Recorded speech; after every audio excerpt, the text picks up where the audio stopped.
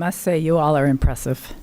This is a very, very very, very large group to become so quiet so quickly. So we're going to begin in about 5 seconds. Thank you all for being here. Their teachers, they know how to be quiet. Well, that's true. Member Felder said they're teachers. They know how to be quiet. All right.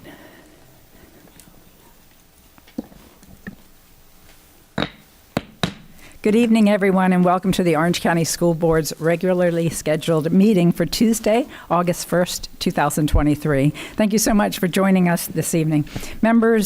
School board members are attending in person with the exception of members Gould and member Byrd, who are both unavailable for the meeting. Also want to remind the public that board members will not be engaged in outside electronic or digital communication during the meeting so that we can focus our full attention on the business in front of us. To my fellow board members, to district staff, and to members of the public, when speaking into the mic, please speak as directly as you can and as closely as you can to the mic so that our YouTube viewers and Orange TV viewers can hear you clearly. And again, thank you for participating. We're going to begin this evening with the moment of silence, followed by the Pledge of Allegiance.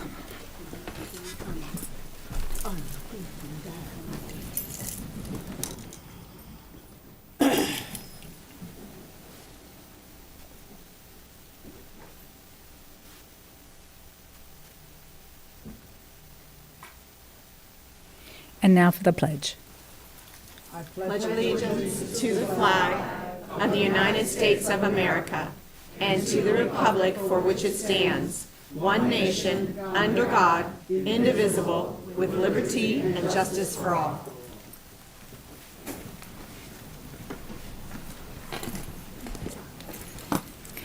Well, this evening we have two remarkable recognitions to share before we discuss tonight's order of business.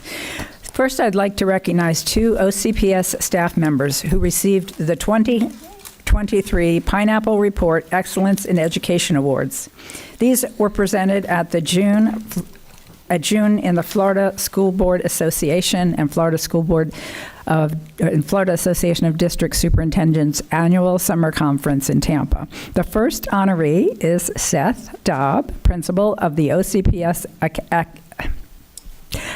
Academic Center for Excellence, otherwise known to all of us as ACE. He received the Excellence in Education Academic Achievement Award. And the second is Kia Sweeney Scott, the Senior Director of School Choice Services. She was presented with the Excellence in Education Innovation Award. Congratulations to both of you. Where are you? Would you all stand up?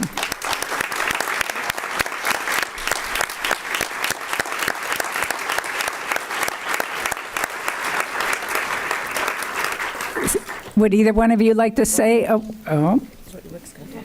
Rick's going to talk first. Okay.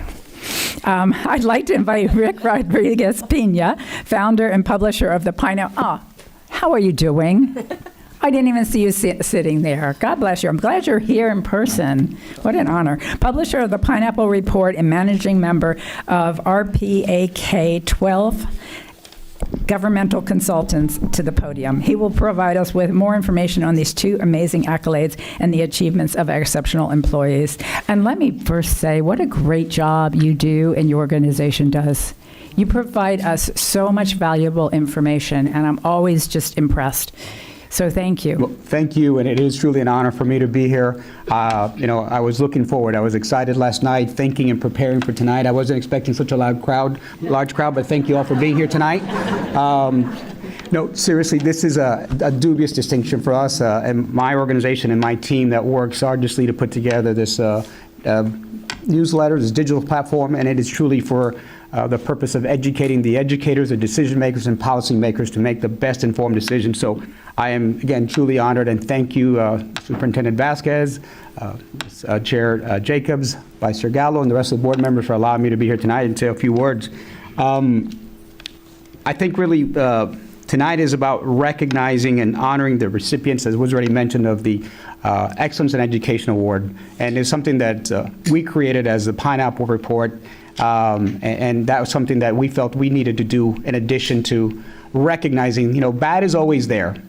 but so is positive. And we choose to focus on positive and the recognition and the hard work. And you can never get enough pats in the back, and you can never get enough recognition. So really, that was the impetus for us to come up with this award and recognize people across the state. I'll tell you a little bit about who we are. I am the managing partner of a firm that works closely with school districts across the country. We actually work with some of your partners here in OCPS, companies that we work closely with, the Cigna, Dell Technologies, Delta Dental, and some others. So this is part of a partnership that we believe we contribute to fostering and furthering education and recognizing the work that you all do, but at every level of the education spectrum. So as regarding the Pineapple Report, allow me just a few minutes to give you the genesis of what is it and why, and why are we doing this. During COVID, we all had a little extra time during COVID and to really focus, and these are difficult times, and me and my partners decided, what can we do to recognize, what is furtherance of recognizing people that are committed to education? We know that is children are our future. So therefore, that investment is really a selfish investment. So the people that are behind the day-to-day, my sister's a teacher, my stepdaughter is an assistant principal, so I hear it every day, and I know the arduous task. So we sat around during COVID, and it was difficult times for all of us, and just the mere channel of communicating was challenging. The traditional communication systems weren't there. We couldn't talk, we couldn't meet, and Zoom became a very popular thing. So we came up with this concept, say, how do we contribute to bringing individual groups, associations, labor unions, and all these stakeholders around the state, how do we use a platform that they can benefit, that they can use to cooperate collectively to make better decisions? And we came up with this digital news platform, and that is what we do on a regular basis. It's a nonprofit venture. We love it. It's a labor of love. It is not, there's no sponsored messaging. It's a free subscription, and we really take great pride in what we do. Let me tell you how we got to the selection of these two outstanding people. We at the Pineapple Report put out an email and a blast and said nominations are opened across the state of Florida.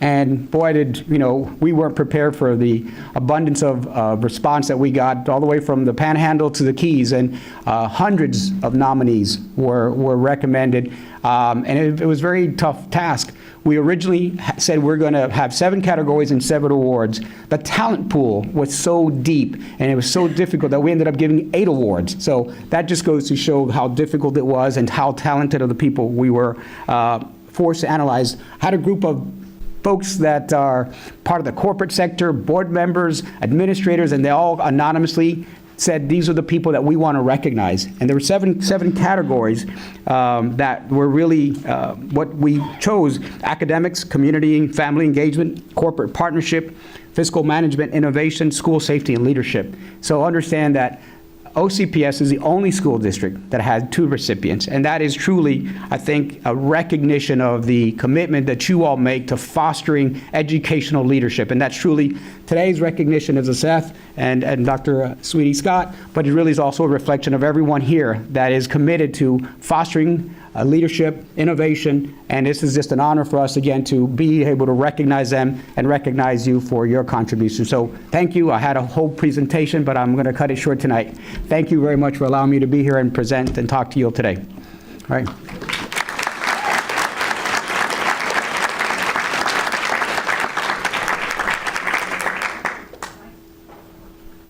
If I could call Seth and Kia, if you'll both come up. I'd love to get a picture with y'all. Huh? Oh, yes, Rick, join us, of course, please. You guys bring your. Congratulations. You joining us today? Okay, Rick. Okay, that's fine. I was going to say you should probably be, but that's all. Yeah, you said. Yeah.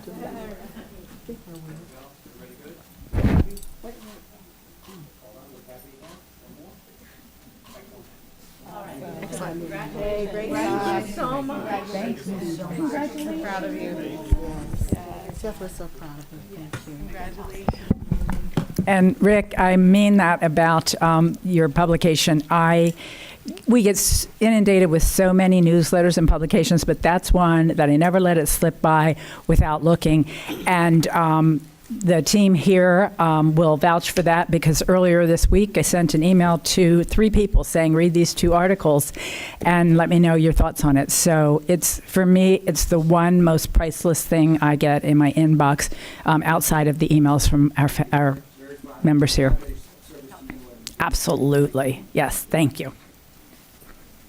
All right, next we have newly appointed administrators. And Superintendent, we do have newly appointed administrators to recognize today, I believe, correct? Yes, we do. Wonderful. We have a large crop of them. It's exciting. All right. So our first principal is Janet Biddick.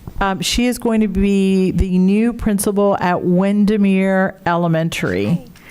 Oh, wrong one. Sorry, I saw the wrong one. Thank you. I am excited to be back in OCPS and to rejoin this amazing group. So thank you. And Janet, we're thrilled that you've come back home.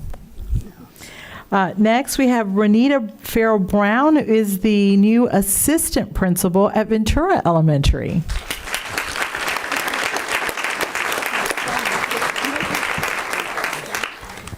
Good evening, everyone. First, I give honor to God for this opportunity of being here. To our superintendent, Dr. Vasquez, to the school board members and staff, I look forward to the opportunity of serving at Ventura Elementary, and I thank you and honor you for allowing me to be here today. I'm sincerely grateful for the generous mentors, friends, church, and family who have supported me through this tenacious journey as I move forward again and again and again. To the school board, Miss Vicki Felder, I honor you and the growth that you've instilled in me, and knowing that there is much further than here that I can go in order for our students to continue to receive success. Dr. Shalia Wyndham, Dr. Latanya Walthorth Brown, Dr. Maria Gaspar, your genuine warmth, wisdom, and guidance have been paramount to my educational and professional growth. To my new principal leader, Ms. Latekas, Dr. Bailey, and Dr. Anna Gonzalez, my principal, I'm all yours now, and as you can see, you're getting a lot on your hands.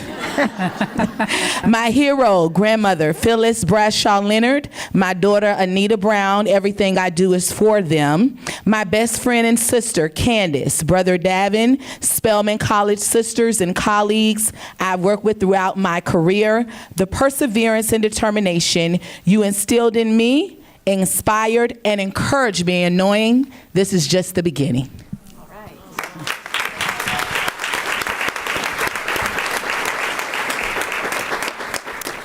Joseph Cormier is going to be the new assistant principal at Kelly Park School. I do that all the time. I scare people all the time. Thank you. Thank you. I would like to thank the school board members, the superintendent, Dr. Vasquez, and staff for this opportunity to serve as an assistant principal at Kelly Park and its community, along with my principal, Mrs. Steinke. I would also like to thank my wife, Jamie, her parents, for all their support. I would also like to thank Mrs. Amy Klaber, Mr. Andrew Jackson for their leadership and guidance throughout my career. Thank you.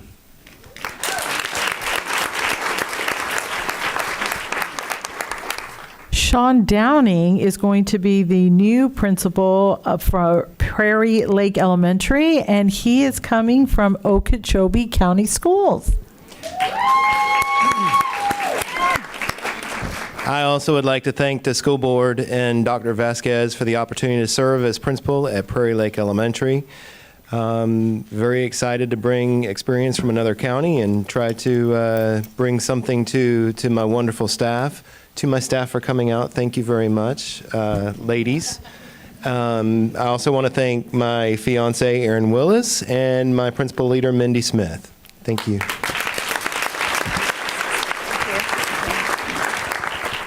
Rachel Fox is a new assistant principal at Meadow Woods Elementary.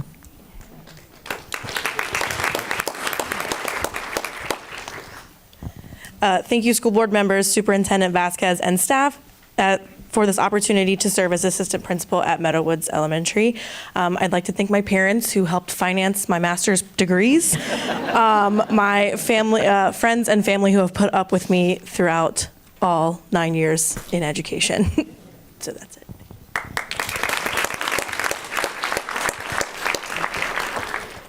Michael Gordon Glenn is the new assistant principal at Andover Elementary.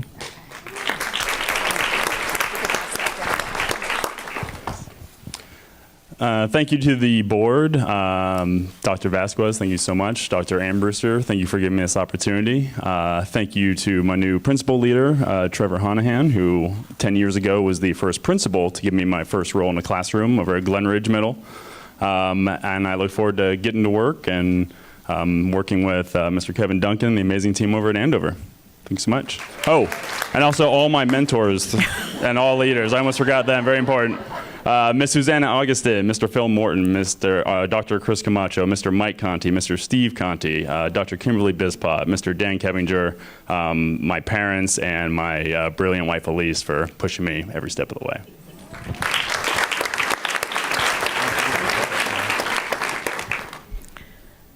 Angela Hooley, I hope I didn't mispronounce that.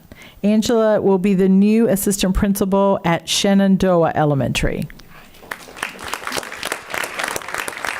Thank you. I'd like to take a moment to thank the school board members, Superintendent Vasquez, and the staff for this opportunity to serve at Shenandoah Elementary as I make a return, also a return back to OCPS. So thank you. I would also like to thank all the principal mentors that I've had here in OCPS through the years, along with those outside of the county, and my family that have led me to this point. And I can't wait to help students reach their fullest potential. And again, thank you for the opportunity.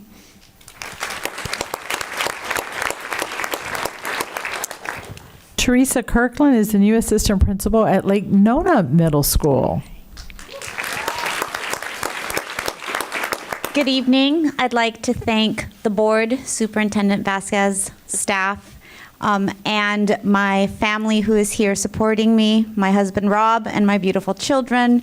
My in-laws are in the back somewhere, who have helped me through this journey. But I also want to take a moment to thank my principal, mentors, and leaders that brought me to this point. I've been in OCPS a minute, so the list is a little long. But I'd really like to thank Karen Furno for giving me my first teaching job, Mr. Smith for pushing me to take on leadership roles, Jose Martinez for choosing me to teach a different subject than I ever thought, which is what opened the doors to my journey with ESOL students, Dr. Stephanie Jackson, Rob McClough, my new principal, Ms. Fugate. I wouldn't be here without you guys. I really appreciate all your support.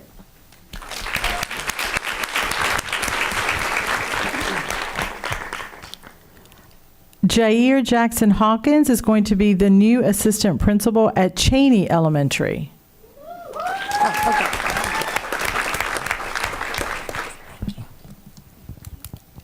Thank you, school board members, Superintendent Vasquez, and staff for this opportunity to serve at Cheney Elementary School.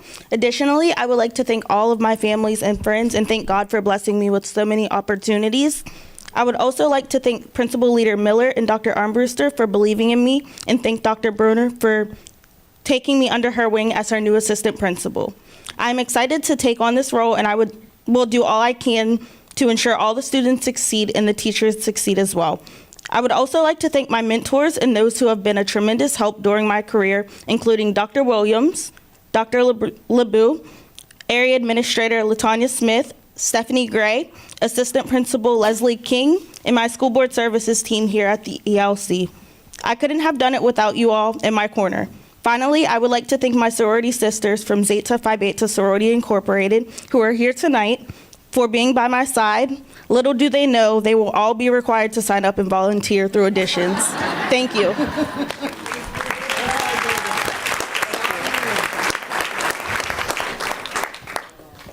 Allison Marie Kimball is the new assistant principal at Sunshine Elementary. Good evening. I'd like to thank the school board members, Superintendent Vasquez, and school board member Ferrant, who represents District 3, where Sunshine Elementary is located. I'd like to thank my parents, sister, husband, and 2 children, and also thank the CDL team, who was a wonderful place to land for my first experience in OCPS. And last but not least, I would like to thank our principal leader, Lino Rodriguez, and Alma Lazzarini, my new principal, who I'm so proud to serve under.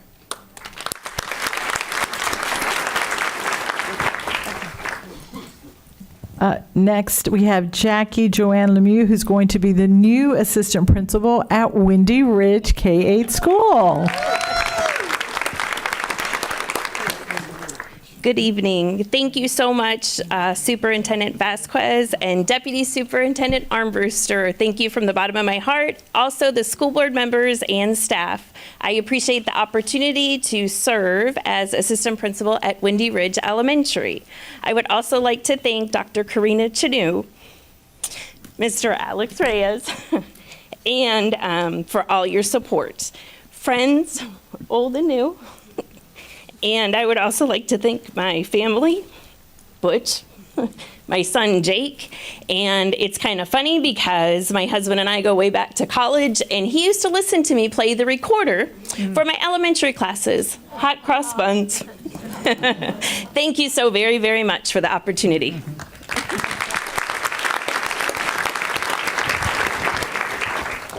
Stephen Lewis Jean is the new assistant principal at Edgewater High School.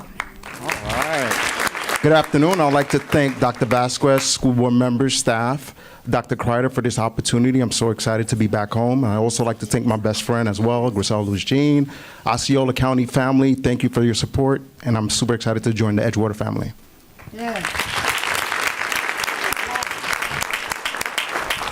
Ralph Lundy is going to be the new assistant principal at Tangelo Park Elementary. Thank you to the board and Dr. Vasquez and staff. I'd like to start off by thanking God and my family who's watching from home. I'd also like to thank Dr. Helton and Dr. Armbruster, who both saw something in me and gave me this opportunity in the first place. I'd like to thank Ms. Hunt and Ms. Weiss, who are both my mentors and truly excellent examples of what leaders should be. And then lastly, I'd like to thank Mr. Rosen, Mr. Butler, and Ms. Grant, who fought for me, and I would not be in this position without them, so thank you.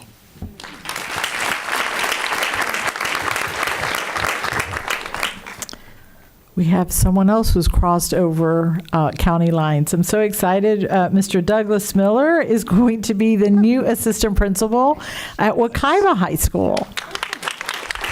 Good evening. Thank you. Thank you, school board, Superintendent Vasquez, and staff for this opportunity to serve at Wekiva High School. Very excited to come back.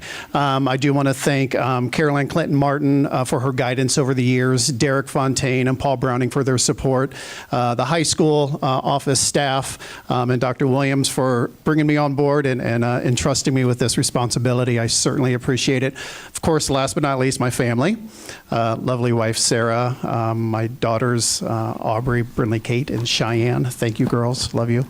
And I, too, have crossed over and excited to be back. This is where I started my career, and I look forward to having many more great years and finishing. Thank you.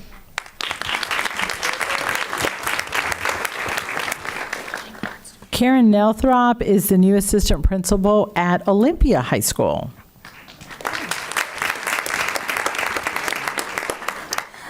I would like to thank school board members, Superintendent Vasquez, and staff for this opportunity to serve at Olympia High School. I would like to thank all the principals and assistant principals that have served as my mentors over the years. I would like to thank Principal Gorberg for her support and guidance, as well as some of the assistant principals I worked with last year, Ms. Jennifer Aprea, Ms. Jody Blevins, and Mr. Bradley Schreffler. I would also like to thank my family for all their support over the years. Special shout out to my daughter Chloe, who's here with me today. I am so excited to continue to be a Titan and continue supporting the students and staff, as well as the high school office. Thank you so much.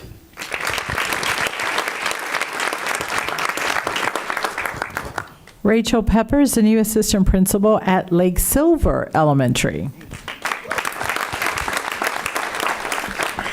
Thank you, school board members, Superintendent Vasquez and staff, and Dr. Armbruster for this opportunity to serve at Lake Silver Elementary School. I want to thank my husband for always encouraging my passions, my parents for always supporting my dreams, and my family for always being there. Thank you, Nathan Hay, for helping me transition to OCPS over the past 2 years. I'm excited to continue this journey with you at Lake Silver because we will lead our students to success. I want to thank the Baldwin Park community for welcoming me to OCPS and providing me with genuine and lifelong friendships. So thank you.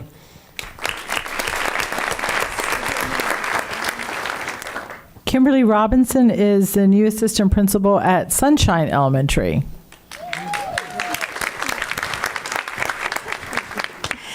I want to say thank you very much to the school board, Dr. Vasquez, and of course our school board member, Ms. Ferrant, for this wonderful opportunity. I can't even begin to describe how excited I am right now. So I'm going to try not to forget anybody. I want to say thank you to our new principal leader, Lino Rodriguez, for this opportunity as well. And to my daughter, Emily, who is at home, I want to give her a big shout out. She couldn't be here tonight, but she's very proud of me, and I'm so proud of her too. To my sister, I want to thank her, my sister Carrie, and my best friend Erica for always having faith and believing in me. And my new first OCPS friend, Jessica Young-Gregory, for your awesome collaboration, being like one of the best partners I could ask for here in the MTSS and Interventions Department. I want to thank Jessica Smith for all of your encouragement and for giving me the courage to go on this journey. I want to thank the MTSS and Interventions team for answering all of my crazy questions and teaching me all of the OCPS things. And of course, my new principal, Alma Lazzarini, for this opportunity. I am so excited to be a Sunray, and I am in it to win it.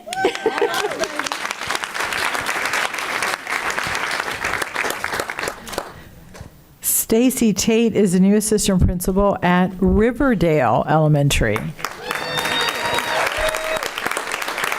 Thank you, school board members, Superintendent Vasquez, and the staff for the opportunity to serve at Riverdale Elementary. I'm very excited to work with Mr. Charlton, Mrs. Davis-Wilson, and the wonderful staff there. I want to say thank you to Mr. Charlton for putting your trust and confidence in me to help you lead our students to success. I'm excited to be a Riverdale Royal. I want to express my gratitude for the many colleagues, friends, and family who have supported me in this exciting adventure. I'm grateful to my former administrators, Tiffany Griffin, Christy Key, and Melissa Gordon. I have learned so much about what it takes to be a great leader through your examples. I want to thank you for being my mentors and for always being so supportive of me. And finally, I want to tell my family how grateful I am for their love and support. My children, Lauren, Gavin, Lindsay, and my husband, Carrie, are my greatest blessings in my life. They have been my best cheerleaders and hype crew that I could ever ask for. I hope they know how proud I am of each of them and how much I love them. Thank you.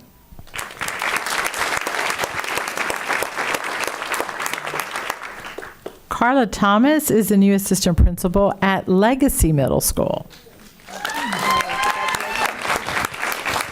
I would like to thank the school board members, Superintendent Vasquez, staff, for the opportunity to serve at Legacy Middle School. I want to thank Mr. Jimenez and Dr. Torres for such a warm welcome. I greatly appreciate that. And I would also like to thank Principal Malik Brown, Assistant Principal Vonshay Thompson, and Kim Pavlanis for their unwavering support and encouragement through this process, and for the amount of time they just poured into mentoring me. It is greatly appreciated.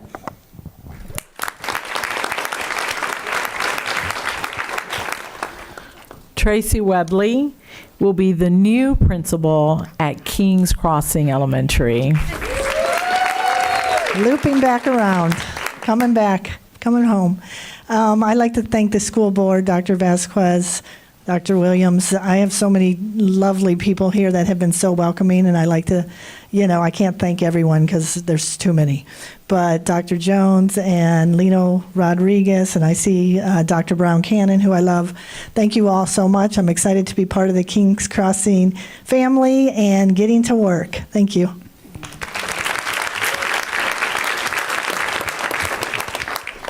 Amy Wright will be the new assistant principal at Lake Nona Middle. I would like to thank the school board members, Dr. Vasquez, staff, Dr. Armbruster, for the opportunity to serve at Lake Nona Middle as assistant principal. I'd also like to thank everybody that helped me along the way and has been a leader in my eyes, such as Dr. Sweeney Scott, LaTanya Smith, Luz Gonzalez. There's a whole plethora of leaders that I have seen over the years that have really helped push me along this path, as well as my faculty and friends and family at UHS. I will miss you, but I'm looking forward to trucking it at middle school and seeing how it goes. Thank you.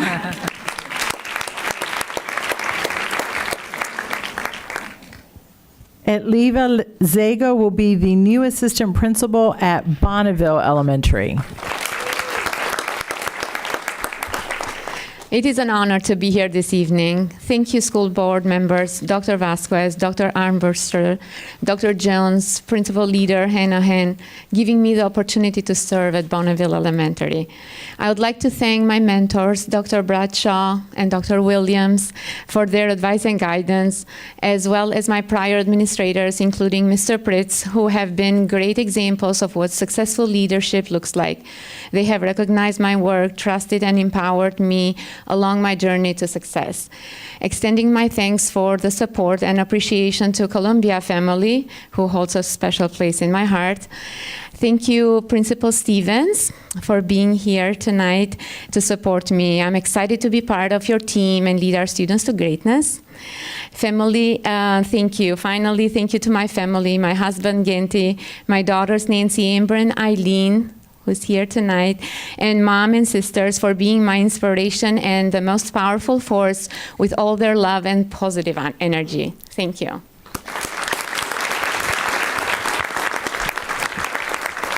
Madam Chair, that concludes the introductions for our new administrators. Well, thank you.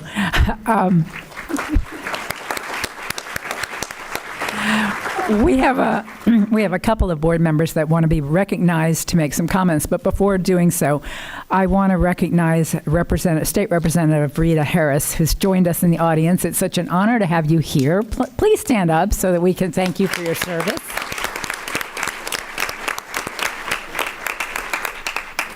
And just for the record, if you ever hear any complaining about anything that happens in the north part of the state, it's never directed at Representative Harris. She is just a wonderful supporter of public education. Yeah, and I had the joy of being with her at one of our graduations, and so she is 100% all in when it comes to our students, and we're so grateful to you for your service and your support. Vice Chair Gallo. Thank you. Thank you, Madam Chair. I want to say congratulations to all the newly appointed administrators to District 1. Welcome. We get things done in District 1 while we have fun. I had to beat Member Felder to the punch because I knew that was coming. But welcome. And what I love when I hear everybody's speech is the names of the people that they're thanking. Some of the names mentioned were actually one of my teachers of my children, people that I know well. And it's just so great to see that the majority of them are still within the family and that they mentor as they go up. It just, I don't know, I just want to say it warms my heart. And Representative Harris, I know I owe you a phone call. I just got back into town, so I'll call you, I promise. Thank you. Boy, what it takes to get her attention. Okay, Member Ferrand. Okay, thank you, Madam Chair. I just also wanted to say congratulations to each of you. I am very, very thankful to Dr. Vasquez for deciding to appoint an assistant principals to all of our elementary schools. I think this is a huge step in the right direction.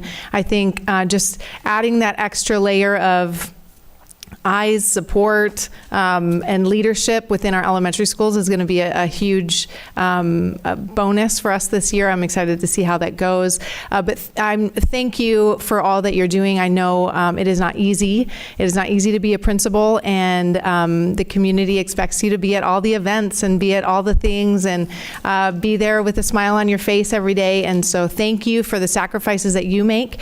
Thank you to your families who may not be able to have your, have you at their home at all times because you're off with your school home.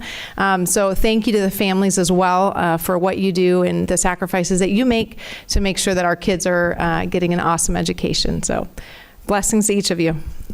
Thank you, Member Ferrant. And just for a little background and for the record, the superintendent knows a little bit about being a vice principal at an elementary school. I believe it was her first vice principalship was at Metro West Elementary School, where she had a handful of parents that were just so much to deal with.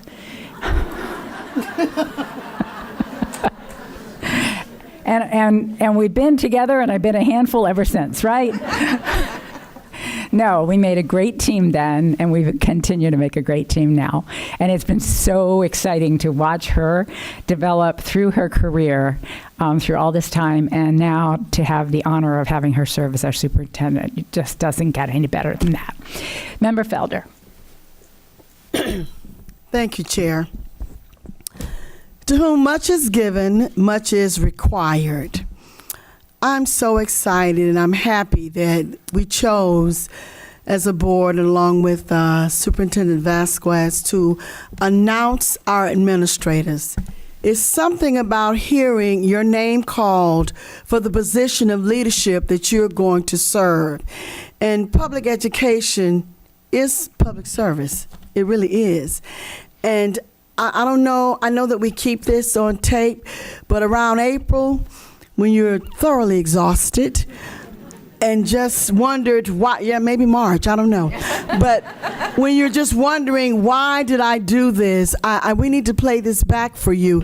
I was sharing with Dr. Vasquez when we did this at the last school board meeting. I said, you know what? I feel so good about this year. Maybe it's because we had the opportunity to hear administrators show that gratitude and be thankful for the positions that they were given.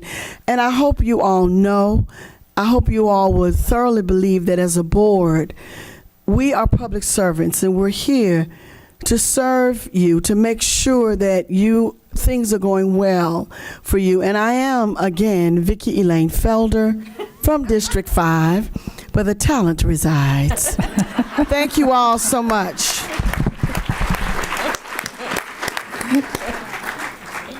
Nobody is competitive up here.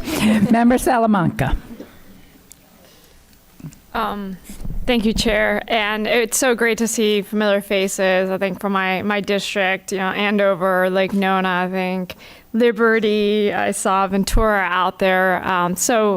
District 2, I think my interest is someone said District 2 is where the dreams come true. That's right. It took us a while to workshop this.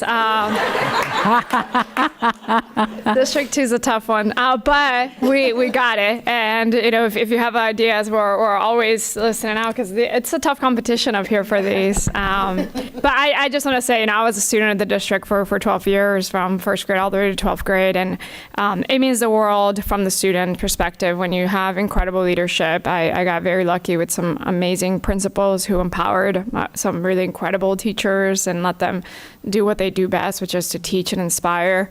And that trickled down all the way to me as a student. I had John Wright, who is no longer with the district, as a principal at Timber Creek High School, and he was just an incredible student-first leader, and that still goes with me every day. And it was one of the main reasons why I ran for school board, was because I felt that I wanted more schools to feel the way that Timber Creek felt during those 4 years of my time there. And so just the student reminder of how much the work you do every day, the culture that you instill, not just within leadership, but within your teachers, how that gets carried with your students forever on.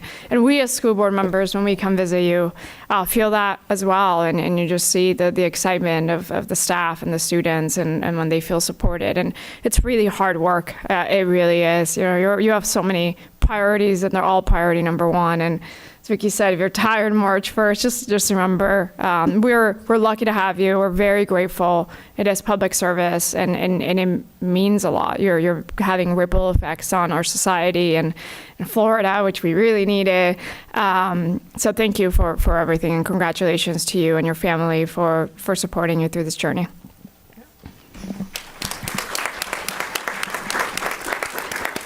Member Castrodeno. Thank you, Madam Chair. And I want to also weigh in and congratulate our new assistant principals and principals. And having taught in OCPS, I know the impact that a great principal and a great assistant principal can have on the success of your classroom. So you all were selected and chosen because you are ready. And we see great abilities. And we don't expect perfection. Know that everyone is learning, even the superintendent. She's still learning too. Sorry to call you out. This is we're all lifelong learners. So don't be afraid to reach out to those mentors that you mentioned. They're still available, your principals, and if we can help you on the board, please don't hesitate.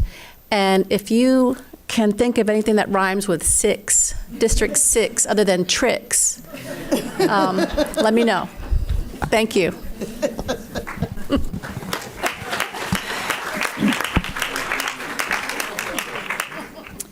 On that note, I'll call on you in just a minute, Deputy Counsel. I've been working for quite a while on something that rhymes with district-wide. I've got lied. Side, but that doesn't sound very inclusive. Ride, Tide. Maybe there's something to be done with tide. Anyway, I'm with you. I'll throw that challenge out. I should have gone to the creative one in my family, my husband, and posed. He's probably watching. Oh, pied. I don't know. Plied.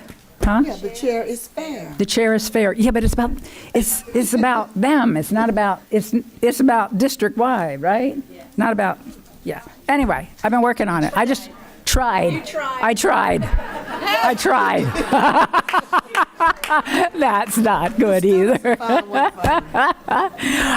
I came up with, where success reigns far and wide. Except for that I'm trying to rhyme with district wide, and I cheat and use far and wide, which is the same word, but we might go. I shouldn't have told you. You might never figured that out. I was cheating. Mr. Pomerini, you're recognized, sir. Thank you, Madam Chair. I would normally not jump in the middle, but Dr. Kia Scott and I have worked together for a long, long time in school choice, and she has been a pleasure and an absolute joy to work with. She takes care of those children because they're Orange County children. Always. She also ensures the charter schools are complying with the rules, and she and I have done a lot of good work for a lot of years, and I would have been remiss had I not recognized you. Kia, you do great work, and I love working with you. So I just wanted to say that publicly.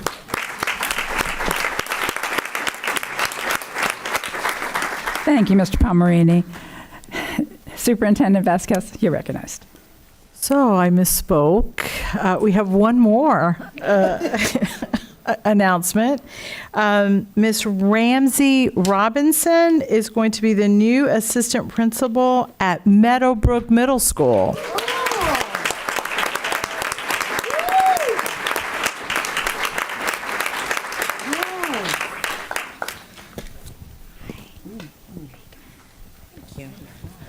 Good evening, everybody. Thank you, school board members, Dr. Vasquez, for this opportunity to serve at Meadowbrook.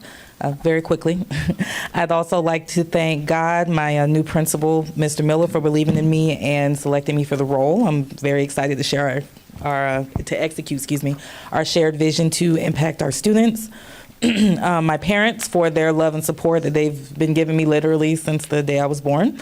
My boyfriend Eric for the love and support and advice that he's been offering, and even constructive criticism throughout this process. And my mentors, Dr. Gunderson, who has truly been my champion, Dr. Shalia Wyndham, Datasha Dukes, Jesse Walker, Suzanne Skipper, Vicki Hyatt, and Miss Bardetta Haygood.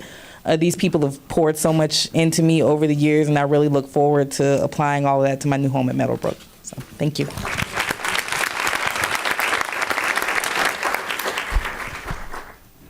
All right, we'll move on. The next item on our agenda is a new item. We are. Oh, yes, I'm sorry, I forgot. Let's get a picture of all of our newly appointed administrators. Thank you. We did that last week.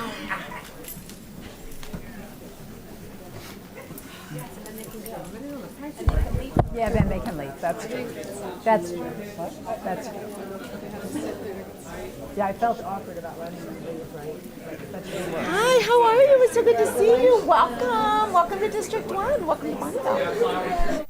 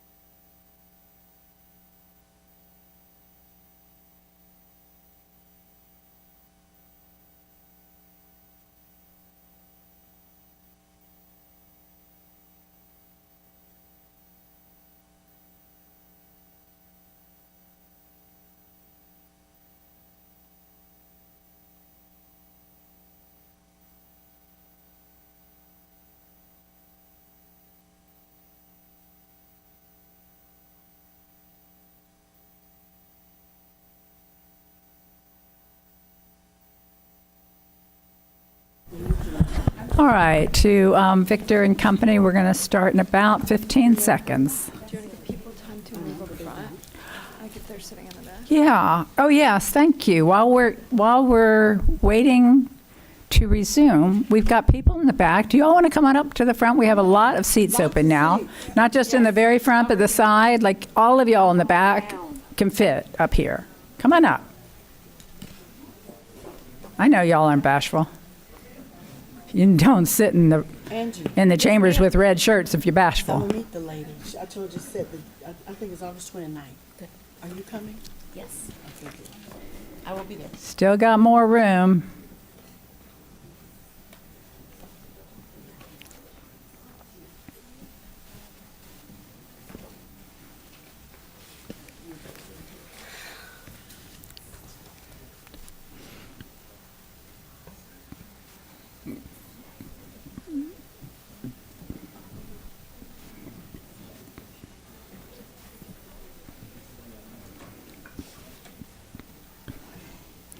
All right, Victor, now we're going to start in about 15 seconds.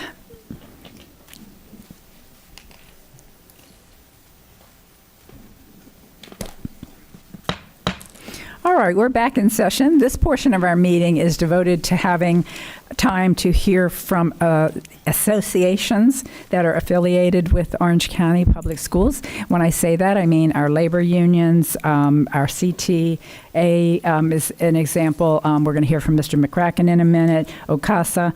We're going to start with OSPA, and unfortunately Ron Pollard could not be here with us today. He's president of OSPA, but Tamika Hampton is here in his place to speak to the board about anything on her mind. Hi, how are you, and welcome. That could be dangerous. Huh? Anything on my mind? What'd you say? Yeah, I when it came out of my mouth, I just like trying to figure out how to suck it back in, but it's gone. It's out there now. Okay. No. Thank you, school board members, Chair Jacobs, and Superintendent Vasquez for the opportunity to speak today. As you can see, I'm not Mr. Pollard. He did have a family emergency, so I got wrangled into this. My name is Tamika Hampton. I serve as both legal counsel and Mr. Pollard's wrangler within OSPA. He just asked that I encourage you all to continue to lean in and really engage with and hear your employees. Last week, this room was filled with blue. This week, it's red. Either way, we all stand together.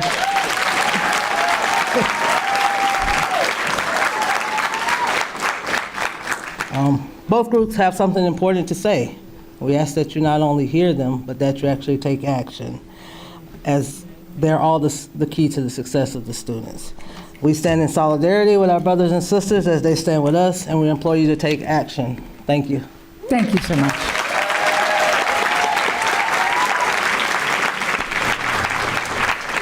Thank you, and well done. So let me call now on Nate Hay with OCASA. Small but mighty. Small. Good evening, Orange County School Board Chair Jacobs and Dr. Vasquez. My name is Nate Hay. I'm the principal of Lake Silver Elementary, president of OCASA, the Orange County Association of School Administrators. Today I stand before you as a representative of our amazing school administrators who are eager to open up our schools tomorrow, August 2nd, for our teachers. They're excited to welcome back all these amazing educators and together plan for an extraordinary academic year filled with growth and success. Our principals have been working tirelessly to prepare for this moment, ensuring that our schools are ready to go. They have missed the vibrant energy of students filling the hallways, and they are determined to create an environment that fosters curiosity, engagement, and achievement on our campuses. However, in this journey, our principals face a significant obstacle. Many of our schools are facing instructional and classified vacancies. Despite their enthusiasm, our principals are stressed because of what happens if they don't find an adequate candidate to fill these vacancies. How is it going to impact the smooth start to a school year that we all planned for? What impact is this going to have on our students? I know that addressing these staffing shortages weighs heavily on your minds as well. As a community, it is vital that we come together to support our principals in overcoming these obstacles. Let us collaborate on solutions to attract and retain talented educators and paraprofessionals who share the same passion for education and student success. In conclusion, the anticipation and excitement amongst our school leaders to begin the new school year is palpable. We are excited. We're ready to roll. It's time to go. Let's do this. We are eager to embrace the challenges ahead, but we need your support to address the amount of instructional and classified vacancies across our campuses. Together, we can pave the way for a brilliant academic school year. I was going to say welcome to all of our new assistant principals and administrators, but they kind of took off on me, so I'll just send them an email. But mine's back there. Way to go, Miss Pepper. But thank you for your time and consideration. I hope we all have a successful pre-planning week and an excellent start to the 2023-24 school year. Great job.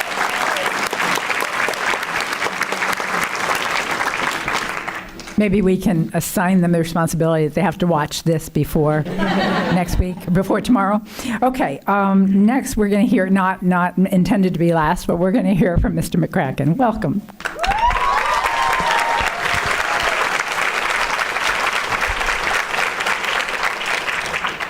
Thank you. Good evening, Chair Jacobs, board members, and Dr. Vasquez. It's my pleasure to welcome all of our teachers who are here this evening, instructional personnel, and all of their supporters. I thank you all for all that you do every day. As a representative of our thousands of teachers, I want to express both my concern and my optimism for the year ahead. Every year, our teachers' plates get fuller and the job becomes more difficult. We receive new mandates from the state we must incorporate into our practice, and recently some of these are truly concerning and will be difficult to navigate. As we begin pre-planning, many of us are saddened by our colleagues who are no longer with us in the district. We recognize the valuable expertise we've lost in this field. But we're also committed to our heroic goal of educating all students and inspiring them to create a future that they love. In this regard, it could be a year that promises to be one of growth and positive changes. Our union is dedicated to working tirelessly to improve the educational environment for both teachers and students. We understand the vital role our expert teachers play in shaping the minds of our students and enriching their lives. Retaining and supporting our experienced educators is crucial to achieving the best possible outcomes for our students. I'm delighted to share that we have some exciting plans ahead. I have school visits with Superintendent Vasquez where we can engage in open and constructive conversations about how we can make improvements and better support our teachers and students. These visits provide a valuable opportunity to collaborate and work together, and I'm thankful that we're able to do those. I'm also thrilled to have regular meetings with Dr. Armbruster and Dr. Vasquez where I can openly discuss issues, share concerns, and share as an advocate for our teachers. These meetings underscore the importance of open dialogue and partnership between our union and district leadership. Our union makes this district better. But our collaboration doesn't stop there. I'm equally happy to be working alongside OSPA President Ron Pollard and all their staff to explore ways to improve our schools, not just for students and teachers, but for all of our dedicated employees. Together, we aim to create an environment that nurtures and supports every member of our educational community. As we move forward, let's remember that we are united in our shared commitment to our students' success. Our collective efforts, collaboration, and dedication will undoubtedly pave the way for a year of growth and positive change. I encourage each of you to actively engage in our union, share your ideas, and be part of the journey towards a better educational experience for everyone involved. Just 2 more sentences. Go ahead. Together, we have the power to make a profound impact on the lives of our students and each other. Welcome back, and let's make this a memorable and successful school year.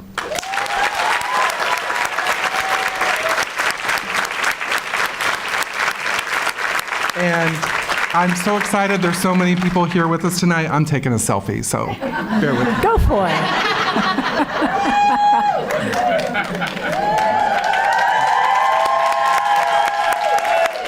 Thank you. Absolutely. Vice Chair. Thank you, Madam Chair. Dr. Vasquez, do we know how many vacancies we have for instructional and educational professionals as we start school? We've taken account, and the current number, I believe, this is just for instructional, and includes interventionists, resource teachers, as well as classroom teachers. We're looking at disaggregating that data. I believe the number was 450. It was, yeah. Thank you. Thank you. Yeah, thank you. Okay. Did Clinton leave? There you are. There he is. Great job. Great job. Yeah, I had heard a number about a week ago. I didn't. It was probably not that large, but wow. Sadly, the numbers across the state are as alarming. We do recognize that there are many that are leaving the profession in the state of Florida. We're hopeful that we will be able to continue to recruit. We are prepared to deploy district staff and administrators so that all classrooms are covered. We've already discussed our plan. We will have another set of numbers, I believe it's by tomorrow afternoon, and then they'll begin the plan of assigning so that the teachers will actually have pre-planning, or the administrators will be able to be in those schools during the pre-planning phase to get the classroom ready until we're able to hire. All right, thank you. Okay, I don't think we have any other presenters. We don't have our student council. All right, thank you. And we have no strategic plan update, so we're going to move on to the agenda. And I think you all are with us for the duration, but if anybody was here for just celebration, you can leave, but I'm not trying to urge you to leave. Let me begin by asking if there are any changes to the agenda. Madam Chair, there are no changes to the agenda. Okay, wonderful. If there's no changes to the agenda, is there a motion to adopt the agenda as presented? So moved. Motion by Vice Chair. Is there a second? Second by Member Casterdental. All in favor of the motion to accept the agenda as presented, say aye. Aye. Opposed? Motion carries with all members present voting in the affirmative. I know we have public comments, so let me just make a few comments on that. In order to provide governmental transparency as well as reasonable opportunities for the public to access and participate in the decision-making process, there are various methods by which the public can provide input to the school board on an agenda item. Those include coming to speak to the school board in person, as several of you have signed up to do, and via email in advance of the meeting. Those methods are published on the district's website and in BoardDocs.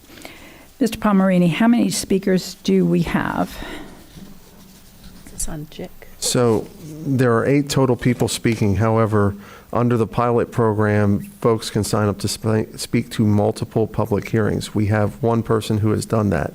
So on item 3.01, we will have 2 speakers total. And on item 3.03, we will have 7 speakers total. Okay, and we have no one on the consent agenda. No, ma'am. And on the non-agenda public? Non-agenda public comment, we have 2 speakers. Okay, that's the one you just mentioned. Thank you. Wow. All right. For those of you who have signed up to speak, let me just run through a few rules. Actually, I don't really need to because they don't apply to you. We're going to give everyone 3 minutes to speak. And we are going to begin with public hearing 3.01, and that is request for approval of revised board policy JIC student code of conduct. And Superintendent, you're recognized. Madam Chair, we bring before you today the approval of policy JIC code of conduct. I'm going to defer to Mr. Palmerini in just a minute to list when we've had the work sessions, when it's been published and advertised. Additionally, we had 3 community meetings, February 22nd, February 23rd, and March 1st, allowing community members to provide feedback on our code of conduct. We also deployed 3 thought exchange opportunities, February 23rd, March 23rd, and April 20th. And then additionally, we had the Discipline Task Force that met February 23rd, March 23rd, April 20th, May 25th, and June 15th to provide input into our code of conduct. I'll turn it over to Mr. Palmerini for the dates when we advertised. So as you all will remember, this is the second time that we have done the code of conduct this year. We had the changes back in April in order to comply with the rule changes in Cessor. So we passed that code amendment. This is the ultimate adoption of the code for this school year. It was taken to cabinet on May 15th. We originally had a rule development or work session scheduled for May 25th. That got rescheduled to June 20th. We had a rule development workshop on July the 18th. We are here tonight for final approval of it. This has been properly advertised as far as putting the notice in the newspaper, and we are here for final adoption. Okay, let me open it up to any members of the public who want to speak to the JIC policy on the Code of Student Conduct. So, Madam Chair, our 2 speakers are Judy Hayes, followed by Clinton McCracken. All right, great. Welcome, Ms. Hayes. Thank you. Thanks for being here. Thank you. Thank you for having me. No pressure. Can someone? I'm gonna, yeah. Thank you. I'm gonna Thank bring you. it down. Hey. Kind of short. Thank Oh, you. yeah. I You and I appreciate got that. something in common. Yeah. Same. Thank you very much. I appreciate it. And thank you for having me. I appreciate the new policy. I think we're all kind of working the kinks out of how to sign up and when to sign up and how to speak. And I appreciate the opportunity to be here today and to address the board and the audience and whoever else might be tuning in at home. I wanted to bring what seems like it's not a minor issue, it's a small change, but it is, to me, a very important fundamental threshold issue. The concerns that I have are relevant to the cell phone policy that is part of the larger conduct code. My understanding is that we have been conforming these to the state laws, and as was just recited, there were several opportunities to discuss and to workshop all of these, and I certainly appreciate the amount of blood, sweat, and tears that went into crafting this policy. However, just a cursory glance of the policy reveals a glaring omission. Fundamentally, the lack of any kind of language that addresses disability is concerning to me. Disability is natural. It is a part of the fabric of our existence. It is not always visible. We have thousands of children in our district who have disabilities, both visible and not. The way that this policy is written to the letter does not provide for that. And extrapolating to absurdity, I'm a lawyer, it's what we do, it leaves open the possibility of a child who needs to use a cell phone to monitor their glucose or their hearing aids, who takes out that device during class, and maybe there's a sub who doesn't know that they have a 504, or maybe they don't have a 504, but then they have to out themselves as having a disability. We run afoul of all kinds of basic tenets of the ADA. So, and then worst case scenario, that child gets ripped out of class and sent to in-class suspension. So we're removing children with disabilities from their environment. Nobody wants that. So I don't have any answers. I don't have any solutions. I just wanted to point out that with all the work that was done to craft this policy, it was a glaring omission that disability was omitted from the final version. And I would implore the board to please address that. I haven't really even looked at the rest of the code of conduct to look at whether disability is included there, because I thought that this was just a really important thing to get out there. And I have a child with a disability. We do not use a cell phone, but everybody always tells me the same thing. Oh, your child will be fine. But if that's the case, then we need to write that into the policy, because it doesn't just have to be the kids who have a loudmouth mom who's coming to the school board meetings who are going to be okay. Every kid deserves that level of respect, and every child with a disability deserves to be able to maintain the dignity of maintaining that privately if they want to, and not being ostracized for employing just the basic whatever they need to do to manage that disability. So I would just implore the board, if they're going to craft that policy and others, with an eye toward universal design so that everybody can succeed. Thank you. Oops, I forgot.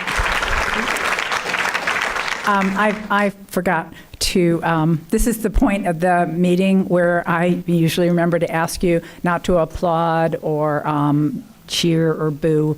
It's more out of courtesy for the speaker, and sometimes we have people booing, and frankly, it's just it's rude and unbecoming. And you guys, that's not you, but so that I enforce the rules consistently, I should have reminded everybody of that. So if you agree with something, you can raise your hand, you can give me a thumbs up. If you disagree, you can give a thumbs down, and we'll go that route.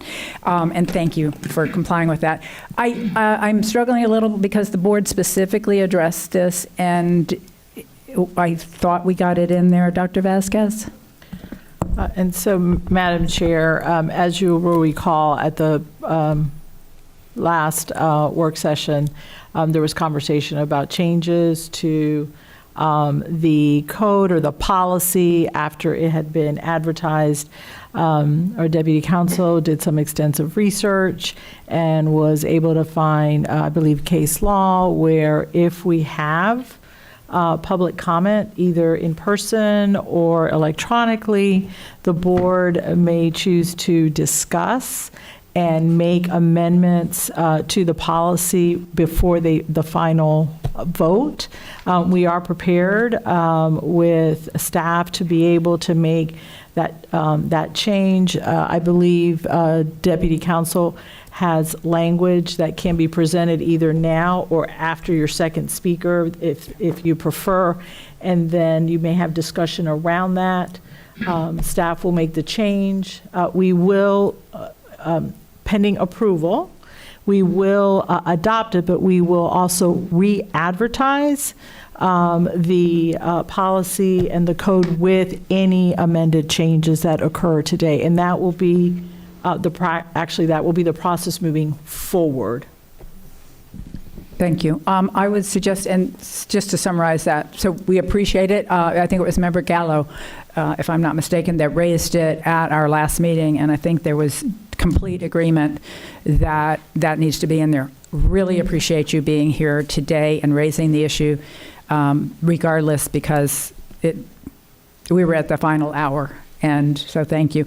Let's bring the language up after we hear from the last speaker, in case there's other issues. And the next speaker is? Clinton McCracken. Mr. McCracken, welcome back. Thank you. Good evening. Teachers have shared, this is actually a little low now. Oh, I can't, I didn't bring my glasses, so thank you. Thank you. Good enough there? Yes, that's great. Teachers have shared over and over that student discipline is a problem in our schools, and it's one of the issues that leads to job dissatisfaction and many of our teachers leaving. One of the issues. We need it to not only be clear what is and isn't allowed according to our code of conduct, but discipline to be enforced across the district with consistency. When we have constant disruptions in the classroom, students can't learn. Updating our code of conduct is a great start, but we want to make sure that when a teacher writes a discipline referral, that something is done. We've heard that many teachers support limiting student cell phone usage, but while teachers are saying this could reduce fights in schools, cyberbullying, skipping, and very long restroom breaks, which take away from student learning, many teachers have expressed concern about the extra work that this will require for our teachers in regards to enforcement. Teachers have also shared that it will only work if there is consistency across the school and that they'll have a fast administrative support when there's an issue.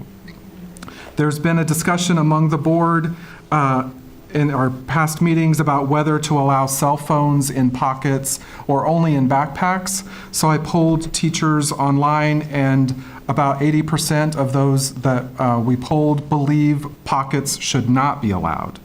The comments included that students can take their phones to the restrooms still, so a lot of the benefit of having them turning their phones off would be lost, and all that would happen is as a result of this policy is an increase to the amount of work for teachers.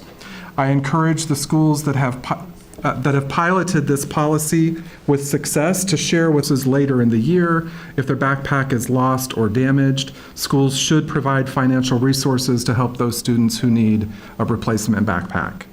We are pleased to see progress with the establishment of a centralized department to handle discipline. This streamlining provides a unified message to all schools. Nevertheless, we still have concerns, particularly regarding the level 3 offenses when an employee is attacked by a student.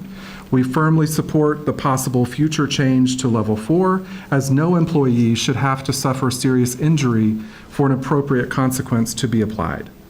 The message must be clear: attacking school personnel will not be tolerated under any circumstance. And last of all, discipline and classroom management come with experience. And it's vital that we work on retaining our veteran teachers who are the mentors for our beginning teachers. We should be doing every single thing possible to keep our expert teachers in this noble field. Thank you. Thank you. Thank you. Well said. You know, I'm going to call on Vice Chair. One of the benefits of having these representatives, Nate, with you here, hearing Clinton talk about the support they need from our principals and vice principals, it's kind of a nice synergy that you're here and can take back that concern and that message. Let me call on Vice Chair. Thank you. Thank you, Madam Chair. And thank you to Clinton and Judy for coming and commenting on our student code of conduct tonight. So I do think, and I know that Mr. Palmerini has language about adding the disability. I do think that that's important that we add it. I know that we had a long conversation about it, so I think it's imperative that we include that tonight. I appreciate Clinton sharing the results of his polls. I've received both. Like, I've received from teachers who want it not at lunches, not in pockets. I received some emails from parents who do want it at lunches and are okay in pockets. So I think it's a tricky. I guess this is my point. I'm willing to try anything, especially with the support, since it had such massive support of our teachers with an online poll. If they want to not have cell phones in pockets, which I originally was against not allowing it in pockets, I'm willing to try it. I just want to ensure that we're monitoring how it goes, because as Clinton so eloquently put it, if it's not consistent across the board, we're not going to reach the outcome that we want. I do still feel that this is burdensome to our staff, our administrative staff, our teachers. We don't have that many people monitoring our lunchrooms during lunch for the hundreds of kids that are going to be eating lunch. And so I just don't know if we literally can monitor these kids so that they're not on their phones. But I'm a big believer in that you have to start somewhere.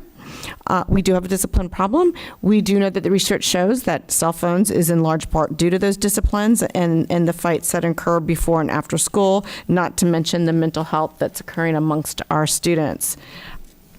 So I'm willing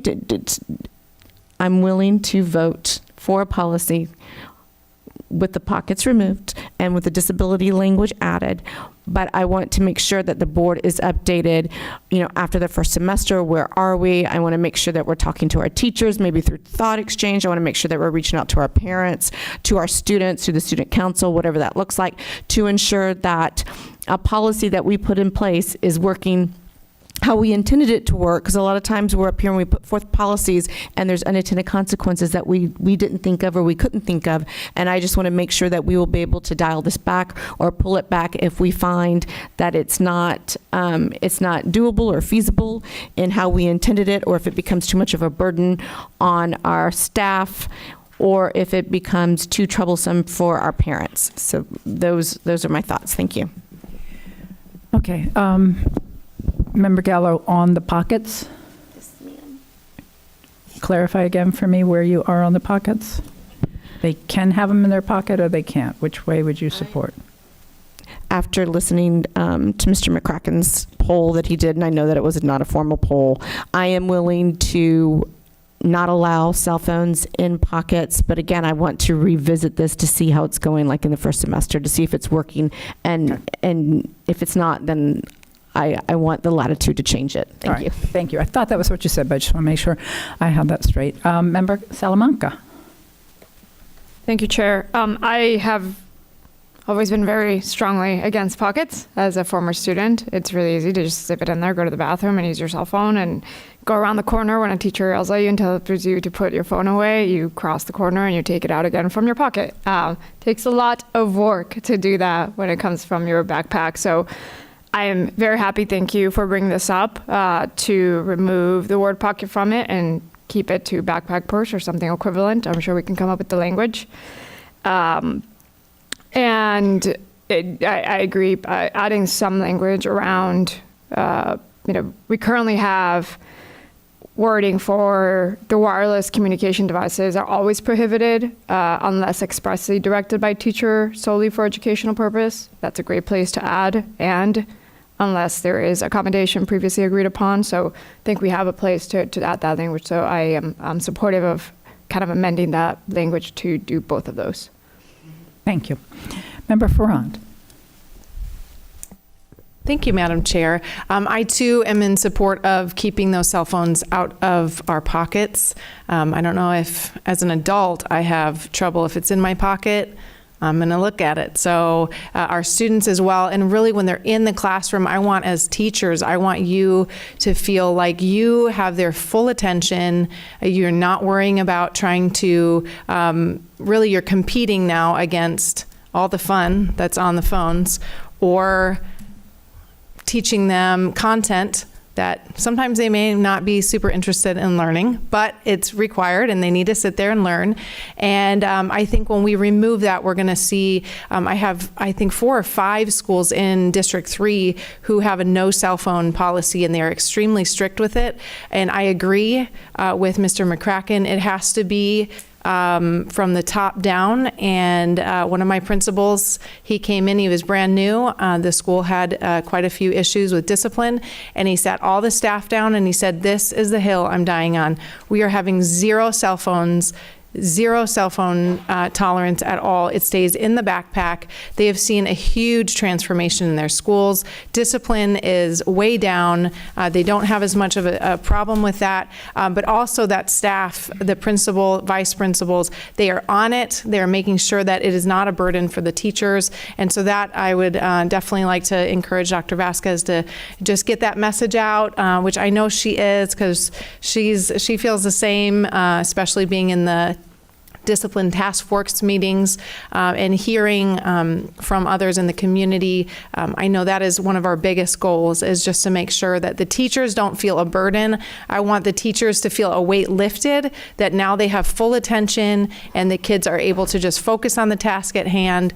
And so I'm definitely in support of removing the word pocket, which I know Member Salamanca and I were really frustrated that you couldn't just remove the word pocket, but apparently it is a significant change to the policy, so we had to kind of work this in a little differently. But I know discipline is not easy at the time, but when discipline is enforced and it is done well and consistently, there is always a peace that can come over our schools, and so that is what I'm really hopeful for. So thank you, and those are my thoughts on the policy. All right, thank you. Member Felder. Thank you, Chair. First of all, thank you, Clinton, for doing that survey, having taught some 40 years and understanding, even as a teacher, I had to first establish a rapport with my students. They had to know what my rules were. And the cell phone has always been an issue when we started. You know, early on, I remember the beepers. So y'all probably know about that. But we had beepers, you know, so we was dealing with beepers going off, and then, you know, the phone. But I think more than anything, at the first day, that you are in your classroom, first day of school as administrators, you have to set the precedence, and it's so easy for you to be, lighten up, and it's the first day, but they need to think you crazy for a minute. And then, I'm telling you, some people say, well, I know. Yeah, after 40 years, yes, they do. And then around April, then those are the ones that are going to say, God, I appreciate you. You really did care. And, I learned something because the phones, and we all have phones, and even as adults, we need to turn our phones off. When you get out of your car, turn the phone off, because if your phone is going off, then you can't turn around and tell the student, why you got your phone.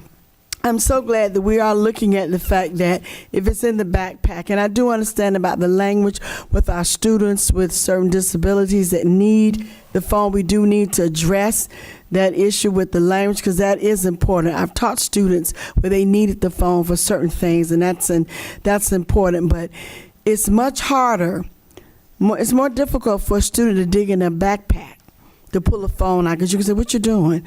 But if they're in the pocket, man, I need to go to the bathroom, snatch it out. Why you need your book bag? What you go to the bathroom?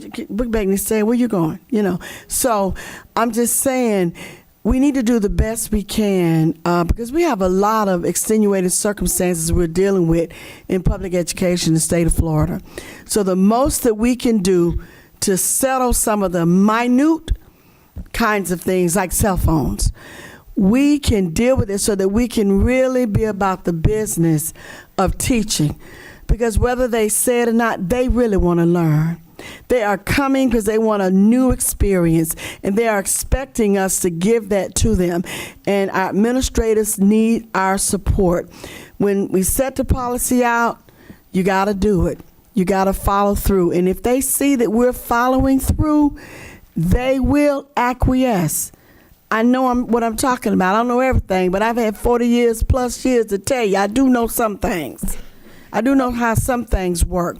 So I appreciate your the input from teachers. That is so important, that you're free to share what your concerns are, and that we as a board, we want you to know more than not that we're very supportive of you.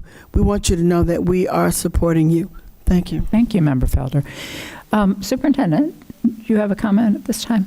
Thank you, Madam Chair. Just a couple of points. First of all, is Karen Furno in the back? I know we moved staff.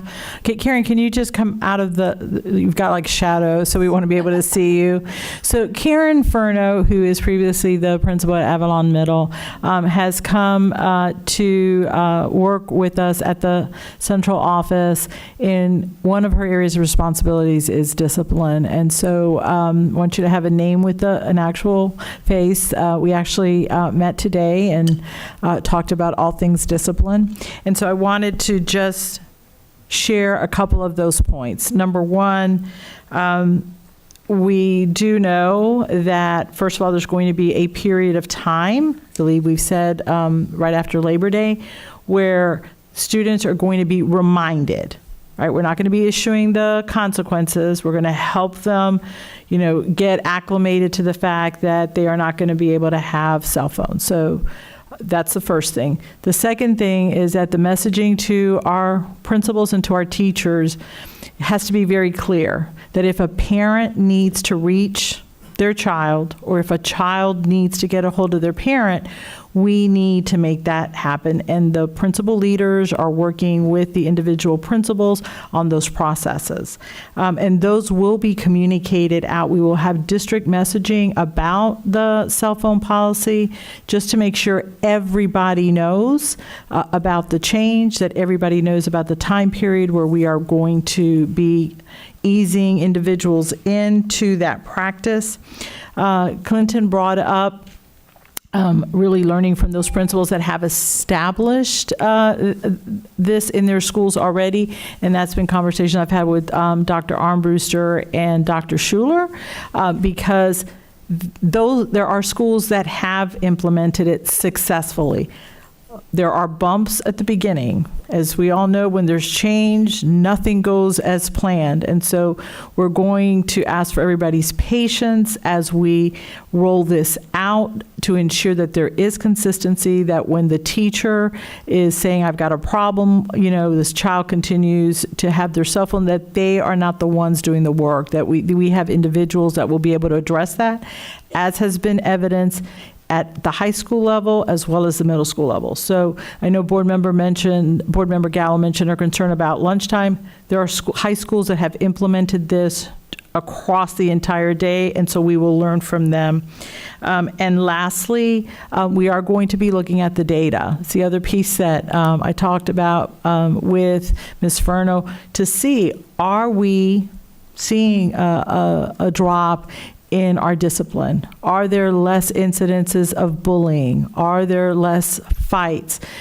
Do we have some schools that are having more of an issue with students violating the policy? Why is that happening? Do we have some teachers that may not be consistent, or some schools that are being more lenient? I don't remember if it was Clinton or Judy that mentioned that consistency is going to be the key to us making this work for everyone, so that teachers are able to teach, students are able to learn, and we really have a change in that culture where our kids are not engaged in behaviors that are getting them into trouble with their phone.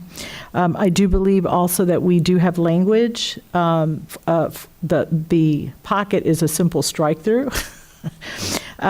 If the board also agrees about the level 4, with that was also brought up, that if a teacher is assaulted or hit, it should be a level 4 offense. That's also something that staff is ready to do with just I believe it's a strike through the level 3. So we'll wait on the board's direction. Okay, and the last member of the board to speak is Member Castrodano. Oh, I'm sorry, and Alicia is back up. Thank you. Go ahead, Member Castrodano. Okay. Thank you, Madam Chair. And thank you all for being here today, showing your sea of red. I love that. When it comes to the pocket dilemma, I wonder if just striking out pocket is enough, or if we need to define that students may not use their pocket, shirt pocket, pants pocket, or jacket pocket.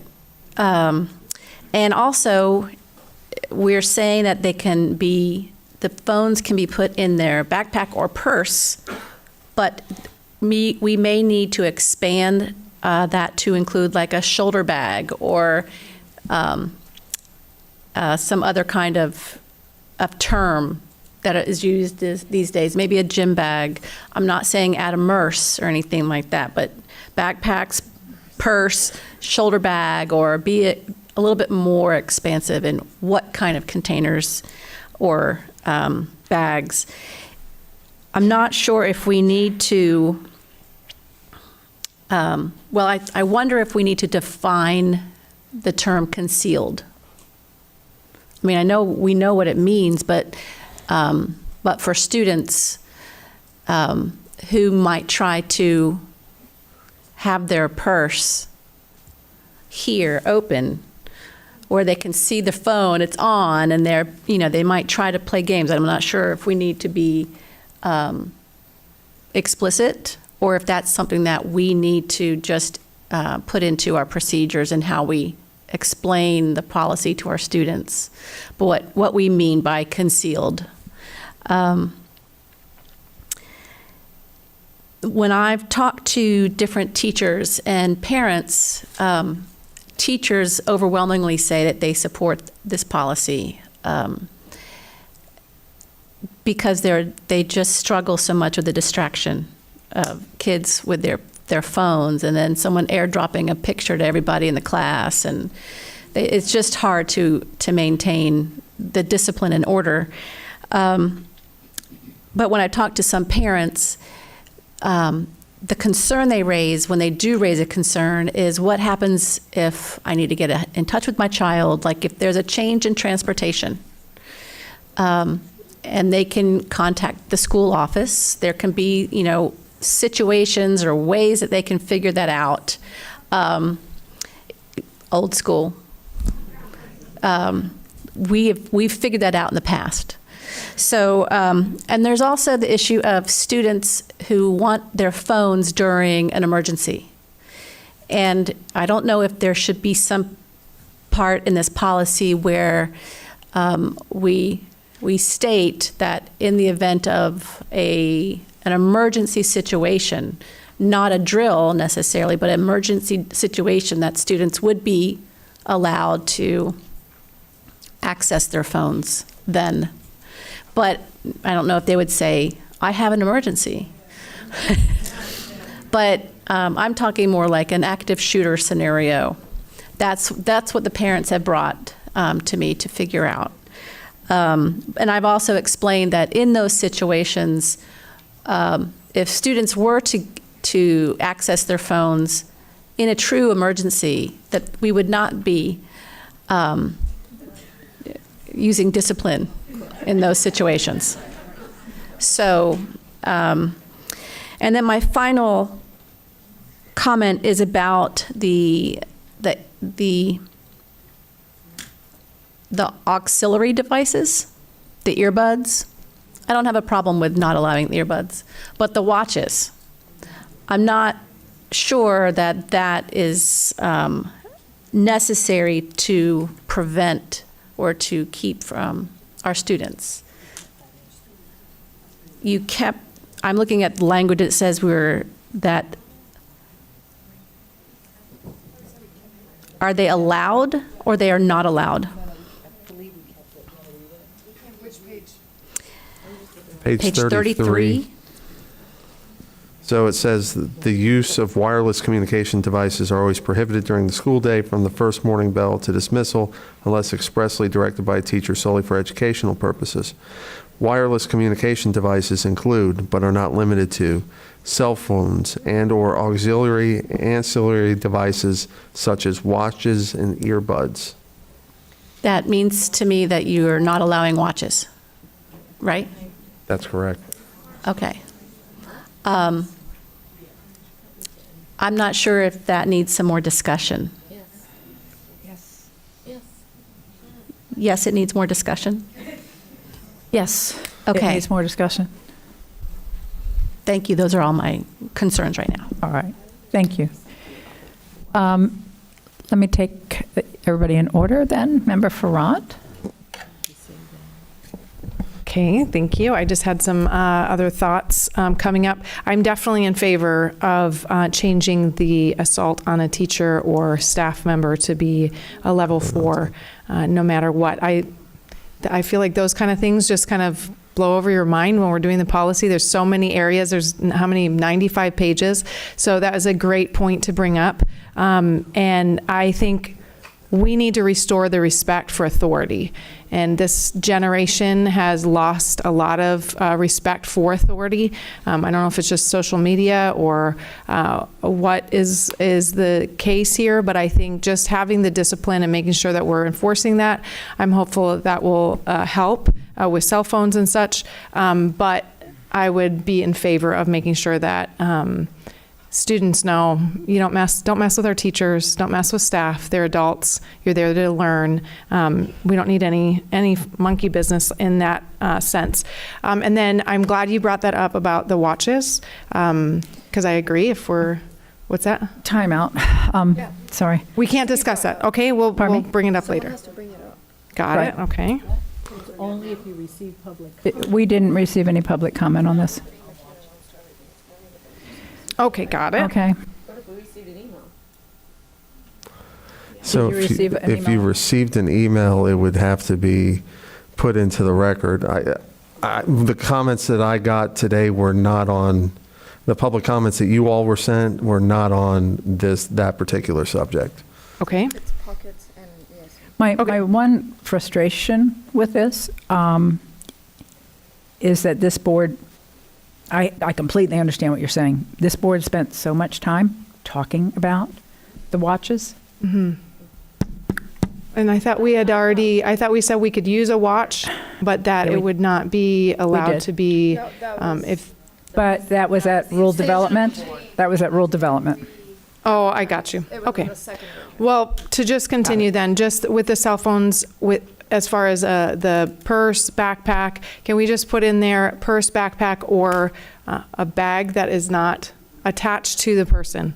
Because I think if you were to bring in a fanny pack or the little bag that goes across them, that is an easy unzip look. And I think we need it somewhere where they can just throw that on the back of their chair. It's out of sight, out of mind. So maybe, I don't know how we would want to word that, but something where it actually is off of the person. And then lastly, I just really want to remind parents, I know I have received a few emails of parents who are concerned. And again, as has already been stated, I think just reminding parents that the phones are going to be in the backpack or bag or wherever off of the person, on the silent mode or shut off, however we're doing that. And they are accessible in case of an emergency, but that you still can contact your child by calling the school, and the school will get a hold of your child. But knowing this may need to take a little more effort on a parent's part to try to plan ahead of time. And I know things come up, but that's why we can call the front desk, and that's what our staff is there for. I don't anticipate hundreds and hundreds of calls. I know some have been concerned for our front desk staff, but I truly don't believe we're going to have hundreds of people calling with concerns every day. So I just, again, to encourage parents that this is really for your students, to make sure that they're getting an exceptional education. That's what I was thinking about. Thank you. Okay. Member Salamanca. Thank you, Chair. This was just to clarify that my understanding was we were only discussing what was brought up in public hearing. We cannot talk about all the other things that were not either on the record or for an email earlier today or that. So just clarifying, we're talking pockets, and we are talking accommodations for students who need to use their cell phones for health or other reasons. Madam Chair, may I? I want to clarify that over there. That was my understanding. Go ahead. So I think you all understand it. So for everybody else out here who understands it, rulemaking is a statutorily defined process, and it talks about when you advertise the policy and you advertise the language of the policy, we can make changes in response to public comments or written comments that we receive up until final adoption, right? Now, what we heard today in public comment was the pocket issue and the accommodation issue and the level 4 issue. And I'm pretty sure that's what I remember hearing, to the exclusion of all else. We can act on those 3 issues. If we go beyond those issues, then what we have to do at that point is we would have to re-advertise and go through the policy process again. We can react to comments we receive, because the purpose of it is the legislature didn't want to make public comment periods worthless by not allowing you all to be able to act on it. But they also didn't want you all to advertise a policy, then come to the final hearing and then just completely change it willy-nilly, because then that wouldn't put the public on notice as to what was actually being voted on. So to your point, yes, the pocket issue, the accommodation issue, and the level 4 issue. Thank you. And I have a couple things to say on the other one. So I think we're on the same page on cell phone, and I think hopefully staff has some language on it. I think as long as we have, or equivalent to purse or backpack, hopefully we can make something like that work. On the level 4, so this is one I'm very conflicted on, because I've heard from teachers the importance of them feeling respected, and don't touch me is an absolute thing that we as a district really believe that there's not really even any grade level there. It is administrators and parents who have expressed a lot of concern to me about having this, right? In the current code of conduct, it is a progressive policy where if a student assaults a teacher and there's no marks, it's a level 3, right? And if there is marks, it's a level 4. Is that correct? Can I just have staff confirm that? That is correct. the feedback I've gotten from parents and from administrators on the importance of having this progressive policy, progressive not being political, progressive being it escalates over time, is specifically with elementary school students, that they tend to sometimes get very agitated and might push or shove. And that is a level 4 automatically. And I think parents don't feel comfortable with that. That means that the first time they get a call because their kid maybe had a tantrum and they kicked or pushed, level 4 is pretty aggressive first step. And I think parents have a discomfort with that. And it's specifically to elementary is what I've heard. I obviously know that this changes when you get to high school, and a student shoving you at a high school level is much different than the elementary. So I did bring this up when we were talking and workshopping this policy, because I do think it's one of those where a code of conduct is kind of all size fit all sometimes, and it's unfortunate because that makes it very difficult. But our administrators have expressed that they would prefer to have a progressive policy so that they have decision leeway power to decide if it's a level 3 or a level 4. So I have a discomfort of making it a level 4 straight from the get-go. And so I will express myself on that one. Obviously, I don't want pockets. I definitely don't want, I definitely want accommodations for students, but on the discipline issue, I do not feel comfortable making it a level 4. That is just me, and I might be the minority in the board, and that's okay. Vice Chair, you're recognized. Thank you, Madam Chair. I will add to what Member Salamanca said and add children with unique abilities as well, because that's something for them that they can't always control their movements. And if they do have manifestation, but sometimes they get suspended before the manifestation hearing. And so I'm concerned about children with unique abilities being out of the classroom. And so I do kind of agree with the progression. I don't want any teacher ever getting hit. But everything's not in black and white. There are shades of gray. And what would those shades of gray look like in an absolute document like our code of conduct? So I do have a small pause. When it comes to the pockets, I don't know what our leeway is here, because I personally think purses are okay. I think fanny packs are okay. I think side bags, crossbody bags are okay, because we have girls that sometimes need to go to the bathroom, and they need to take their purses or whatever they have with them to the restroom. They could, but in the classroom. But so I'm okay with us including, and some girls only have purses and don't bring a backpack. They'll bring a purse and maybe their laptop. So I would be okay with the, as long as it's zipped in and it's out of reach. I would be okay, because I just don't ever. My daughter was always getting extremely embarrassed about everything. So I call her to mind, and how would she act if she couldn't have a purse or something on campus? Anyways. So I would be supportive of the no pockets, but I am supportive of the purses, the fanny packs, and the side bags. I think that's the only thing. And then I said what I needed to say about the level 4. I think we need to flush it out just a little bit more. I would like some assurances for the elementary kids, with the kids with unique abilities, because just to ensure that we're consistent and we're not harming children, while we're absolutely keeping our teachers safe as well, because nobody deserves to get hit. Dr. Vasquez. Thank you, Madam Chair. So I believe the expansion of defining purse, side bag, we can do that as far as our procedures manual and include that in the training.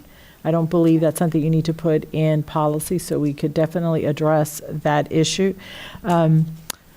Remember, I believe that we've talked about revisiting this at the end of the first semester, that we would, as I believe Board Member Gallo said, we could do a thought exchange. We would look at the data that we've collected, and then we could have further discussions, and that in turn may result in some additional changes to the code or to this part of the code with the cell phone. So I think that we can keep in mind some of the comments that have been made. We can look at the data for the assaults on employees, bring that back. It may be that we could look at a different consequence at the elementary level versus the secondary, although I do agree that sometimes students with disabilities act out, and sometimes it's not a manifestation of their disability. And so I wholeheartedly believe that no employee, teacher, administrator, support staff, should ever be hurt.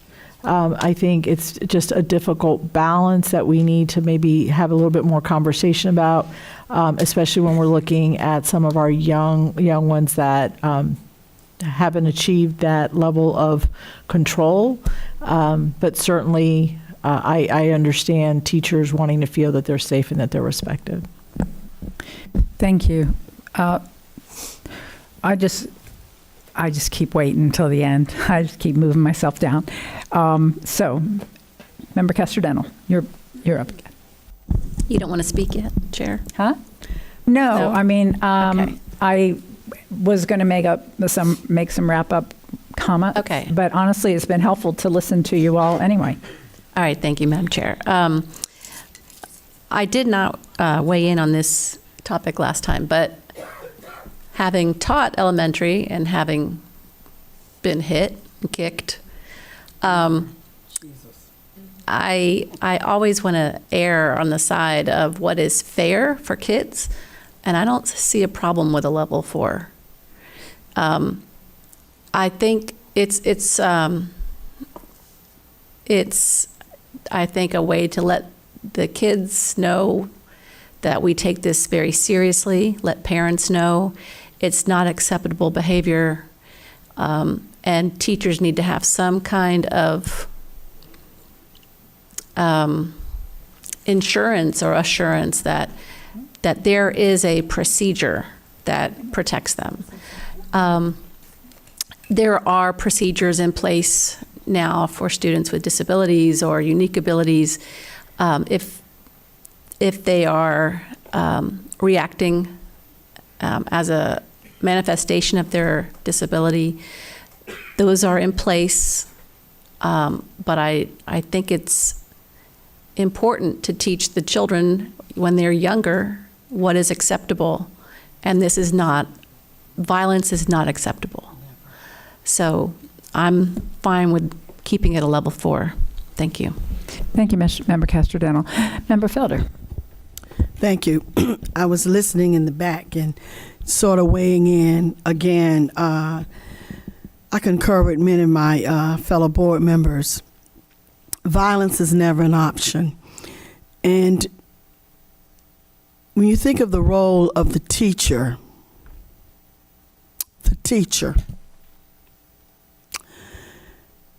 parents have invested and trusted their children to a caregiver who is going to not only care, but also dispense knowledge. The child's first teacher is the mother or the father, but the parent is the first teacher. And it's beyond my ever understanding a child becoming violent toward a teacher. You think about the role of a teacher, 7.5 hours out the day, we have direct observation of your child. We learn some things about your children you never knew existed. And they'll tell us things they'll never tell you. So when I think about the teacher, there's a lot of responsibility. The psychologist, the teacher, the disciplinarian, the teacher, the mother, the teacher, the father, the teacher, the minister, the teacher. There's a lot. And some principals, just because they're out in the hallways, some principals know every child's name at their school, especially in elementary. And the children run to them. They expect hugs. We have the care of your children for 70.5 hours out the day. I'm talking about the bus drivers too. So I'm hoping that as we look at the language, board members, that we really take all of this into consideration, because teaching is a gift. Some people don't accept it as a gift, but it doesn't matter. It is a gift. It's a gift. And so I'm hoping that we will do all that we can to show the support that we have toward teachers. I'm a teacher, I was a teacher, and I was raised by a teacher for 30-some years in the school system in Orange County. So we feel you. And I said this at the last meeting, but I don't think it's by coincidence that this board have women. There's no shade on the men, but women have a sense of compassion. And we are with you. You need to understand, we totally understand. And everybody on this board was, I guess, exception of Maria, she's probably too, Salamanca's probably too young right now. Myself, that we don't have any biological kids. I have children that I taught, but none that I had biologically. And they're parents, these are mothers up here. So we have that extra thing of compassion and understanding that people call it intuition, but it's a part of us. So I'm hoping that we can communicate to you as much as possible our support, and the fact that, and parents who are listening, guardians who are listening, I want you to remember that you at home, you're the first teacher of the child. The first piece of discipline that the child gets comes from you. And we're supposed to sort of reiterate that which has already been put in the child. So I thank you for your comments, but I just wanted to share that portion. Thank you so much. Thank you, Member Felder. Member Gallo. Thank you, Madam Chair. Okay, so I have a question and then a comment. For the level 3, could we keep, for elementary school, just like the level progressions as they are, so that it goes up if they physically hurt a teacher and leaves a mark, it's still level 4 for elementary school, but leave the progression there and then switch it for secondary? Is that a possibility to do in middle school? That's my first, and then I have another question. Okay, so I'm looking at staff for, Never mind, the I don't think they question like that. is, and I believe the answer is yes. At the elementary level, leave it as we have stated. Leave it as stated, but at the secondary, the consequence moves to a level 4. Is that a change that can make? Yeah, you can come on.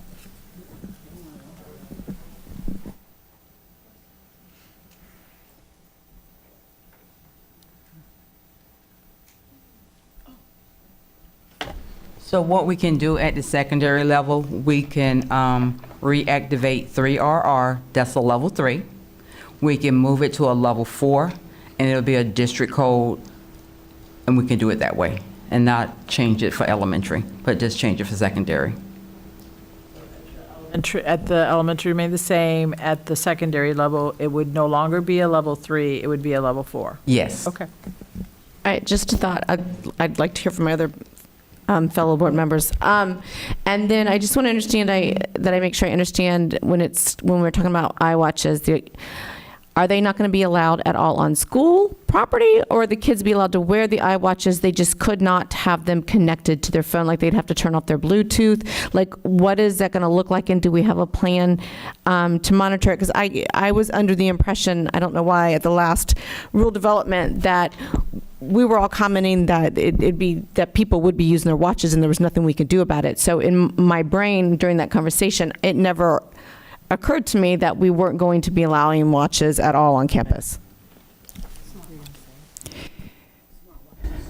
Yeah, no, so again, I'm going back, and I'll defer to legal, but because there was no public comment on the watches, right? We didn't receive any public comment, we could not make those changes. The reason you're able to make the changes this evening on those 3 areas is because you have received public comment on those. I didn't realize the end. So I guess my question is a student allowed to wear an iWatch to school, yes or no?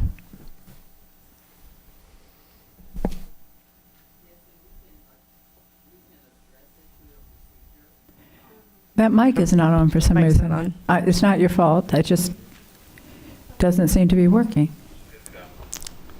So we can address it through our procedures where we can explain to them they can wear their watch to use it as a timepiece, but not to use it as a communication device. And that, to clarify, that is exactly what we talked about at this dais. And if that wasn't permissible, which I hear you saying, if that wasn't permissible in the code, then it would have been very helpful if staff had spoke up while the board was deliberating this and told us, okay, not fair game now because it's already been advertised and we don't have speakers. So I'm... Come back, yeah. For them to have a watch on period? Mm-hmm. You all told us that last time? I remember Amy saying it. Okay, okay. Right. And then finally, with the disability, since we do have auxiliary and iWatches in the code of conduct, we need to allow students who need to use either their mobile devices or their watches, because a lot of them do use their watch to track. That should be allowed. So the language is about them not only allowed to use their phone, but any type of auxiliary equipment for any child that uses it for their disability or their unique need. Thank you. Okay. Member Ferrant. Member Ferrant? Sorry, I had a moment where I was thinking, what? Why did I push my button? Okay, so my question would be, what are the consequences of a level 3? And I don't know if Ms. Joyner could maybe explain that to us, just so we can understand. I can see both sides. I see all of your hands saying absolutely not, we want a level 4, but then I can also hear my fellow school board members who are concerned that if you explain what the consequences are of a level 3. So a level 3 can carry a 10-day suspension. It can be anything from an out-of-school suspension. You can get passed, but most level 3s will carry an out-of-school suspension. Okay, so with that in mind, I do feel that is a high consequence. And I think if a child does assault a teacher or a staff member in our schools, any adult, I would be in favor then of the elementary age getting that level 3 if it is the first time, but that it would be a 10-day suspension. This is not you get in pass for a couple days and just kind of brush it aside and it's not a big deal, because we do need to make sure that students understand this is a huge deal. And then with the level 4, so a kindergartner, I'm thinking, okay, if a kindergartner hits a teacher, they get a level 4, now all of a sudden they're up for expulsion, where we do kind of want to give them the grace in the sense that we would like them to learn that this is not okay. You just got suspended for 10 days. That is a horrible consequence. Do not do that again. You'll get a level 4. But our middle and our high school students, I would think, would be able to understand that, cognitively understand that you don't do that. But maybe give a little more grace to the elementary. I mean, I don't know. Can we do a show of hands? Do you guys understand that, or you're just totally not okay with that? Maybe? Some of them are okay with it? Okay. Oh, man, it's like 50-50. This is so hard. Okay, so those are my thoughts. Thank you, Ms. Joyner.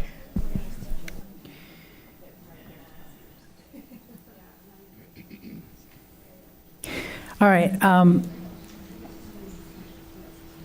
Yeah, my thoughts on this, I had 4 kids, 3 boys, 1 girl.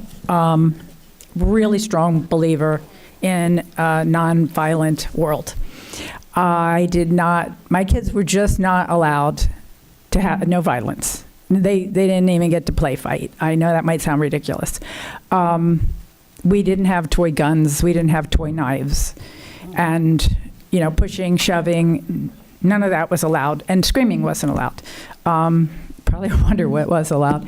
But a lot of things were allowed. But I was pretty strict, and I was pretty consistent, and that worked really well. One of the things I learned was never to impose a consequence that I couldn't follow through with. never to establish a rule that I couldn't enforce, because all that consistency, everything was out the window, and they couldn't very well distinguish, oh, well, this she won't enforce, but that she will. So I really had to be conscious of what my rules were and could I enforce them. Were the consequences, one, were they reasonable, and two, were they enforceable?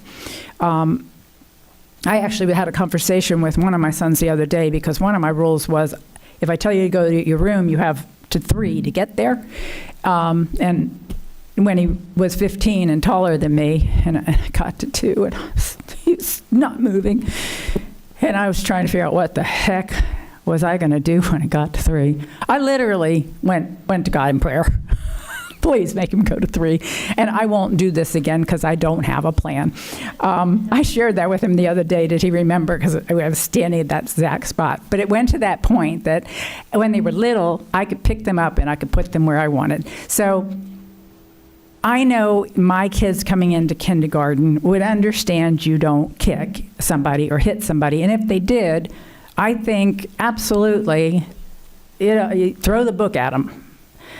I do worry about kids, and this is like the best meeting for you all to have come to, because the feedback is really helpful. Even though we might not always agree, the feedback is incredibly helpful because you're the ones who are in the classroom. But I worry about the kindergartner, not the 3rd grader or the 4th grader, the kindergartner or the 1st grader, who comes from a family where hitting and kicking is commonplace. Dad hits mom. Mom throws stuff at dad. Kids get whacked around. And that's just how life is.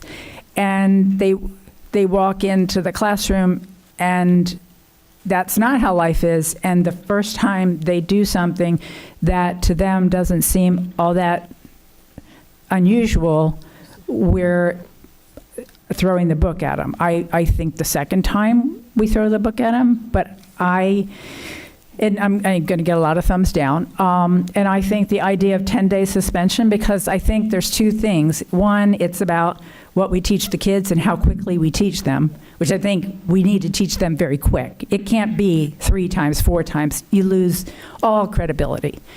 But suspending them for 10 days, the other party that we're trying to teach in that situation is the parents, the home environment, that the consequence that that child is now suspended for 10 days now has put a burden on the family.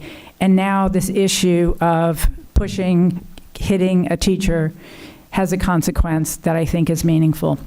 So I would be in support of that. I'm not, tell me again, if we go with a level 4 and it's a first time offense and it's a kindergartner, it's 10-day suspension? Level 3 is 10-day. What is level 4? Okay, so a level 4 is an automatic 10-day suspension.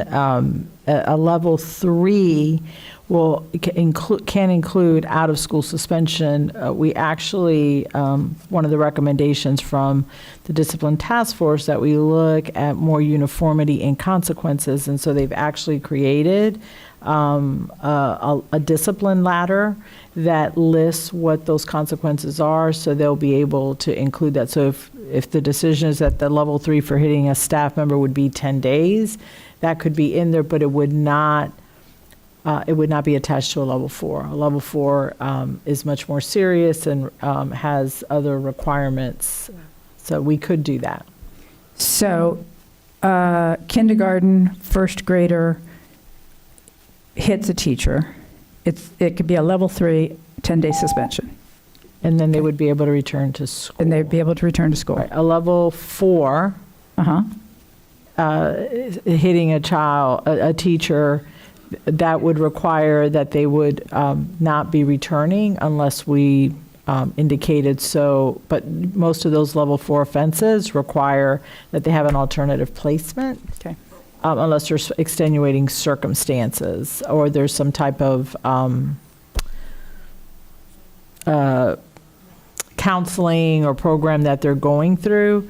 But a level 4 offense has has significant impact versus the level 3 with the 10 days. For any student, but for an elementary student, you can have the 10 days out of school and then have them return. They could have counseling. There could be a required meeting with the parent. They could be put on a contract that stipulates if this happens again, it would result in a level 4. There could be, if the child had been exhibiting other behaviors, they could, do a review to see if the child possibly needs other intervention services or could qualify for an IEP. But you could then, after the first time, if you wanted to, we could make that part of that ladder, then it becomes a level 4. So let me just, in terms of what I'm thinking, I don't know if that has to be all of elementary school, because I have very different attitude when you're talking about 3rd, 4th, 5th graders. I think at that age, they've been through a number of years of school. They really should understand that's not okay. And I don't think that deserves the same level of, pardon the first time, not total pardon, but a lesser offense the first time as if I'm a kindergartner or first grader. I think there's even 2nd grader. There's a difference between those ages. Huh? 3rd graders, yeah. All right. We're going to have to land the plane. Member Salamanca. Okay, so I'm looking at the clock, and I also know folks want to do, public hearing part of this. I would propose to my fellow board members up here that sounds like we have agreement on pockets and accommodations. I don't feel comfortable yet making a call on the discipline level 3 and level 4. I think this requires more workshopping. I would love to have actually more data points on the discipline part of it and to hear from our parents and administrators as well on this topic before we make a decision. I just think we have not spent time workshopping this, so it feels a little bit short right now for us to figure out which grade level, what age group, how much does the kid need to weigh for it to be considered. Like, it's just gonna, so my proposal for everyone's time and respectful of those who want to speak to us today is that we have to bring back the watches anyway. We have to bring back all of this. It was always the plan that we were gonna come back to this policy. We just needed to have something for the first day of school that said no cell phones and ideally no pockets and accommodations. So that's my proposal. I'd love to hear if we're good on that from my board members. I think it makes a lot of sense, and your justification makes a lot of sense, as well as the fact that we have a disciplinary task force that, by hopefully collecting that data and having a more informed conversation. Member Castrodeno. I agree with Member Salamanca. I love it when the youngest brings the wisdom to the board. Yes. Thank you. Okay. Mr. Palmerini. So in light of the discussion where I think it's going, can I propose the verbiage on the accommodation? So what we would propose is the following. Students may not receive discipline if they use their cell phone and/or ancillary devices to monitor a health condition that is documented through medical records provided to the school, including but not limited to an IEP, Section 504 plan, or health plan. Everybody good? That Okay. covers the whole field. All right. Good. Agreement? And pockets are out. So, and with the language on that, of course, it says, for purposes of this section, the designated area will be in the student's backpack, purse, or pocket, except when expressly directed by a teacher solely for educational purposes. Of course, we could strike pocket, but it would leave an or there. So I would just say student's backpack or purse, except when expressly directed by a teacher solely for educational purposes. Okay. Do we need a motion? Yes, please. I thought so. make a Floor is open for a motion. I'll make a motion to... Member Ferrand? Yeah, I'll make a motion to change it up and get rid of the stuff we want.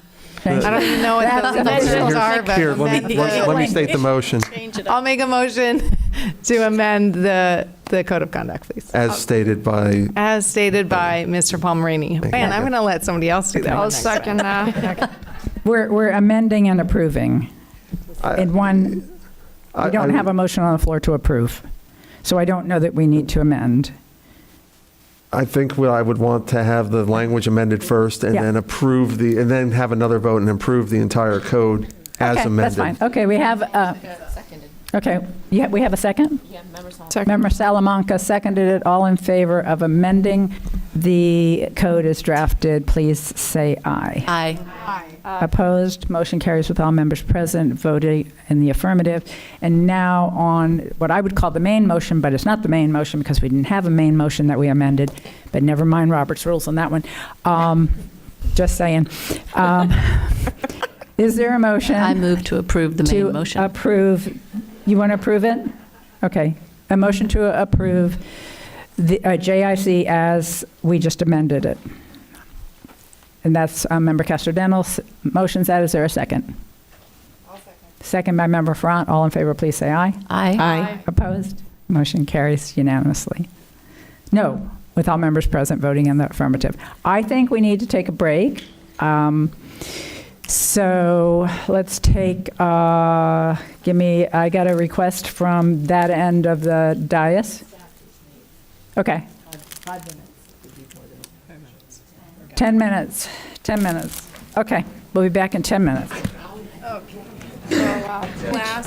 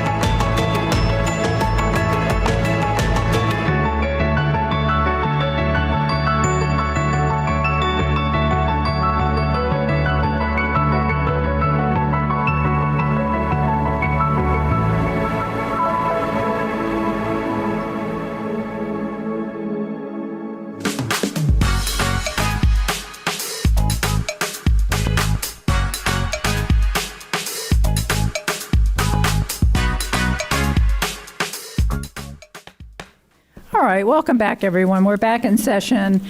We are on 3.02, public hearing, request approval of the adoption of the millage to support the 23-24 tentative budget. Dr. Vasquez, you're recognized. Thank you, Madam Chair. It's that time of the year for the board to consider adoption of your tentative budget for the 2023-24 school year. Doreen Concolino, our Chief Financial Officer, will walk us through along with Judith Padres, and then the board will be able to take appropriate action. As you just stated, the task tonight is to adopt the total millage and then the tentative budget. Mrs. Concolino. Thank you. Good evening, Chair Jacobs, board members, Superintendent Vasquez. Tonight I bring you the 2024 tentative operating and capital budgets. With me tonight, Judith Padres, Senior Director, Office of Management and Budget, and she will be presenting the capital portion.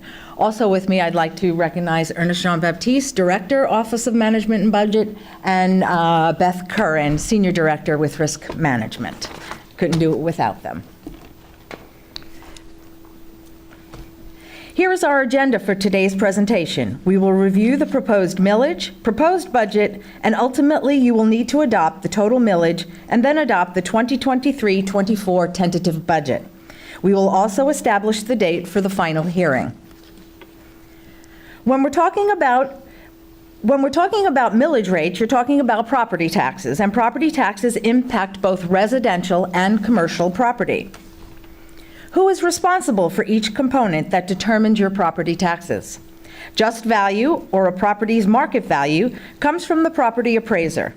The Save Our Homes cap is established by the legislature. The legislature also establishes exemptions, such as the homestead exemption, and they determine the millage, which is then approved by the board. Here are our property tax values used to help fund the upcoming school year. These dollars benefit both the operating and capital budgets. Last year, we had a 17.7% increase in taxable values. This year, our taxable values increased by 12.07% based upon the certified tax roll calculated by our property appraiser. The current projection, as you can see, is fairly steady growth of around 5% per year over the next 5 years.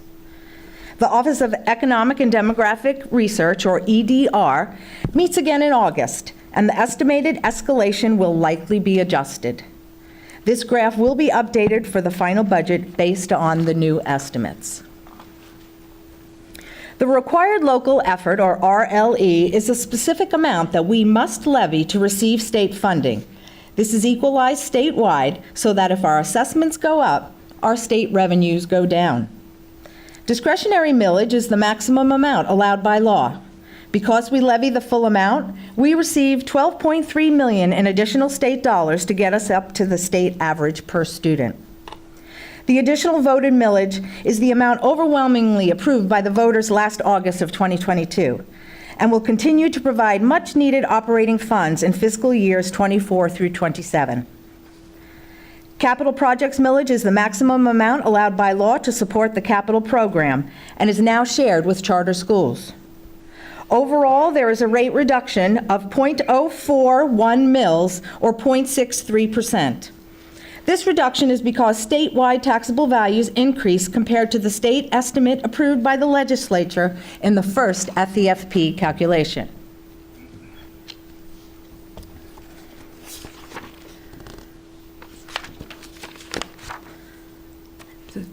I'm sorry. This is the history of Orange County Public Schools millage rates. Required local effort, or RLE, set by the state, is the red rate in the middle of each bar. You can see that the RLE has decreased by 2.252 mils since 2010. The legislature sets the millage rate school districts are required to levy.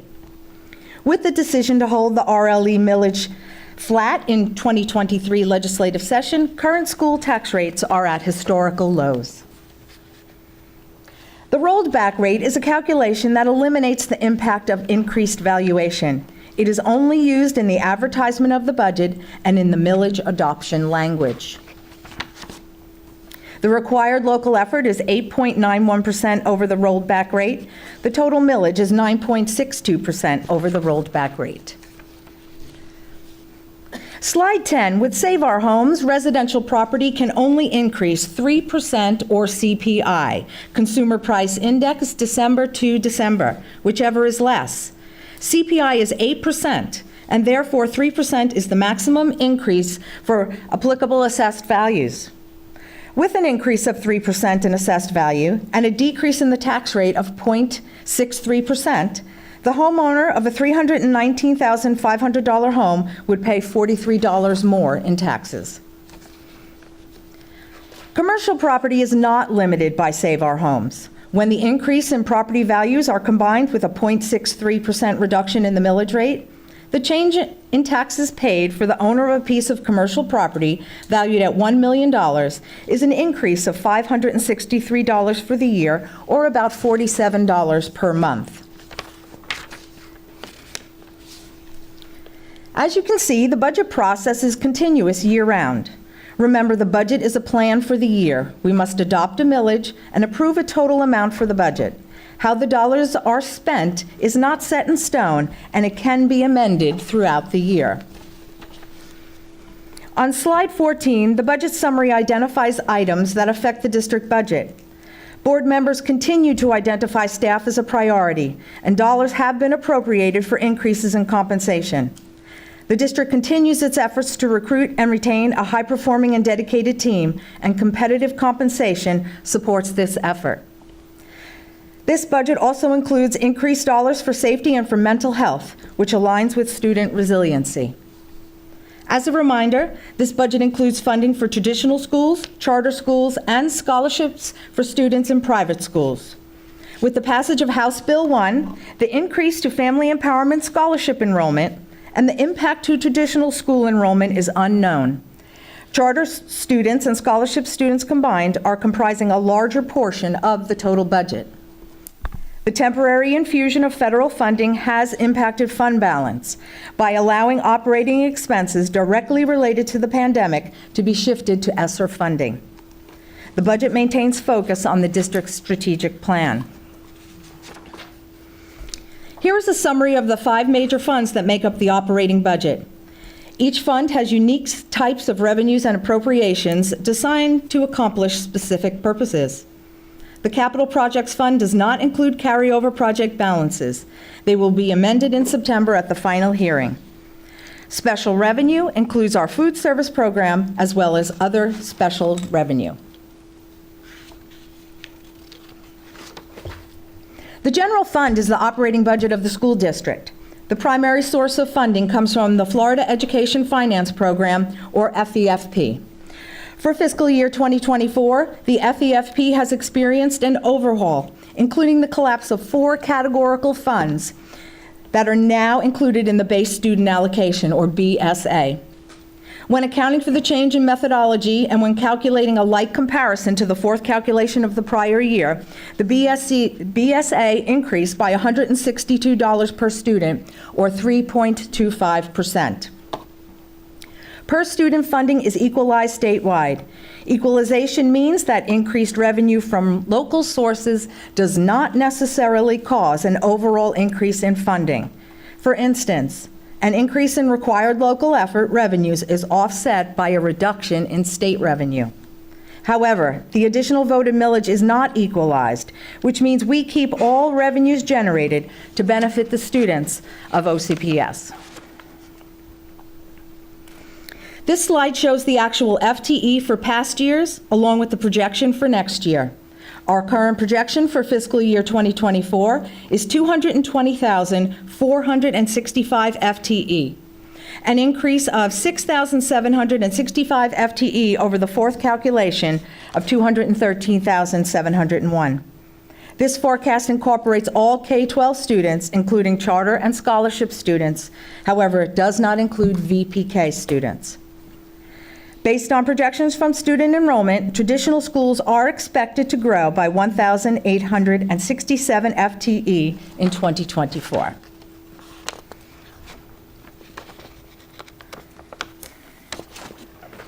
Here is a breakdown of FTE by traditional, charter, and scholarship students, and highlights the steady increase in scholarship FTE as shown in the orange bars.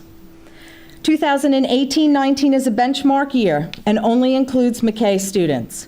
The Family Empowerment Scholarship, or FES, was signed into law in May of 2019. An FES scholarship FTE was folded into district counts starting in 2019-20. Our traditional enrollment, as indicated in the lighter blue bars, and charter enrollment in the dark blue bars are steadily increasing. As noted in the previous slide, we are forecasting continued growth in 2024. This chart shows a comparison of per-student funding from the second calculation since July of 2011. We use the second calculation because that is the calculation in effect at the time of the adoption of the budget. For the upcoming year, there is a $391 increase in FEFP per student funding over the prior year's second calculation. At the beginning of the Great Recession in 2008, state funding declined dramatically until the FEFP funding reached its lowest point in 2011. The Consumer Price Index, or CPI, is represented in the line above the funding bars, which signifies the inflationary impact year over year and demonstrates that funding has not returned to the 2007 pre-recession levels. To be consistent, we illustrate an annual CPI from December to December. As shown, inflation has been modest, with an average CPI increase of less than 2% per year since the Great Recession until 2022, when inflation rose to 4.7% and is now currently hovering at 8% in 2023, a significant increase over last year. When accounting for the additional voted millage shown in dark blue, the total per student increase is $473, or 5.2% over the previous year. Even with the additional millage and when accounting for CPI, the district still has a significant reduction in purchasing power of $1,177 per student. Thank you to the voters of Orange County for supporting the renewal of the additional voted millage, which helps tremendously to offset the lag in state funding in order to support our students and sustain programs in our schools. Here is a graph of the state general revenue in support of education. The total general revenue state budget increased $2.8 billion, or 6.4%, which includes an increase in funding for education of $1.6 billion, or 8.6%. As seen in this chart, for fiscal year 24, the percentage of general revenue going to education increased from 43% to 43.9%. The percentage remains well below the pre-lottery amount of over 60% and as well below the funding during the Great Recession. This graph shows you the percentage of general revenue going to support K-12 schools over the past 10 years. You can see that the percentage of state general revenue supporting public schools has decreased this year. Although public schools receive the largest portion of education general revenue budget at 68.1%, for fiscal year 2024, universities have realized the largest increase in general revenue funding. In the early years of the Florida lottery, 60 to 70% of lottery dollars coming to education were for public schools, as seen in the green bars. That number now is only 43%. Of the 43% coming to public schools, none of these dollars would be considered educational enhancement. 89% supports the regular FEFP funding, and 11% is for the district's post-secondary program. The school recognition program, which could be considered educational enhancement, is not funded through the lottery in 2024. This year, the program is funded using general revenue non-FEFP funds. The orange or rust-colored bar at the top, which represents 24% of lottery funds, is primarily funding the Bright Futures Scholarship Program. Here is a breakdown of our estimated revenues by source. There is very little change in these percentages. The federal slice does not include ESSER funding, as this chart represents the general fund operating revenues, and the small federal portion is indicating what we receive in Medicaid reimbursement and ROTC funding. Board priorities. As noted in the budget summary on an earlier slide, compensation is the board's #1 priority, and this budget includes funding for salary increases. An additional $3.1 million in Safe Schools funding is utilized to secure SROs for our schools and pursue other initiatives and strategies to ensure the safety of our students and staff. The district received $1.4 million in additional mental health assistance dollars, and that will be used for direct mental health services and resources for students. The last bullet comes directly from the additional voted millage ballot language. This past August 2022, an overwhelming 82.1% of Orange County voters approved the continuation of the 1 mil property tax for compensating teachers and support staff and preserving academic programs, arts, athletics, and student activities. The continuation of the special millage brings some stability to the operating budget for the coming 4 years. The special millage continues to be folded into your operating budget and accounts for 10% of recurring dollars to support our current level of operations. We clearly have a community that supports children and is confident in the district's ability to lead students to success. Slide 28 includes other budget items to consider. For fiscal year 2024, the legislature increased the Florida retirement system rates that employers are required to pay.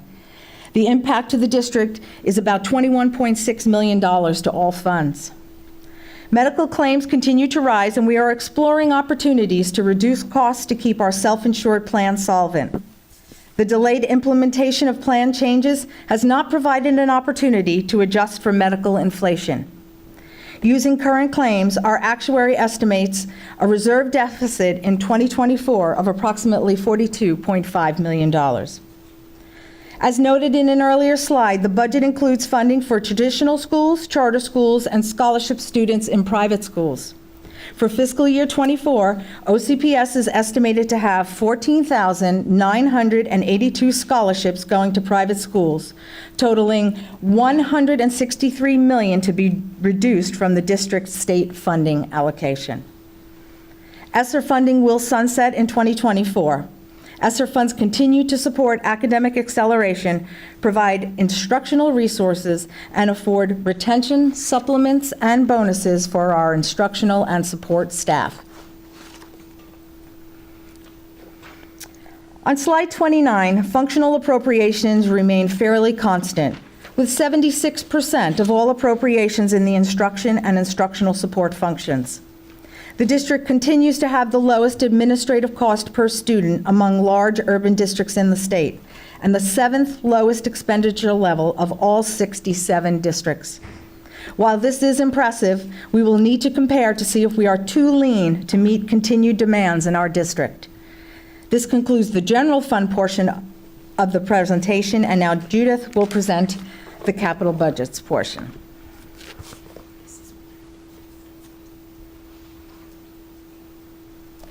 And now the Capital Projects Fund.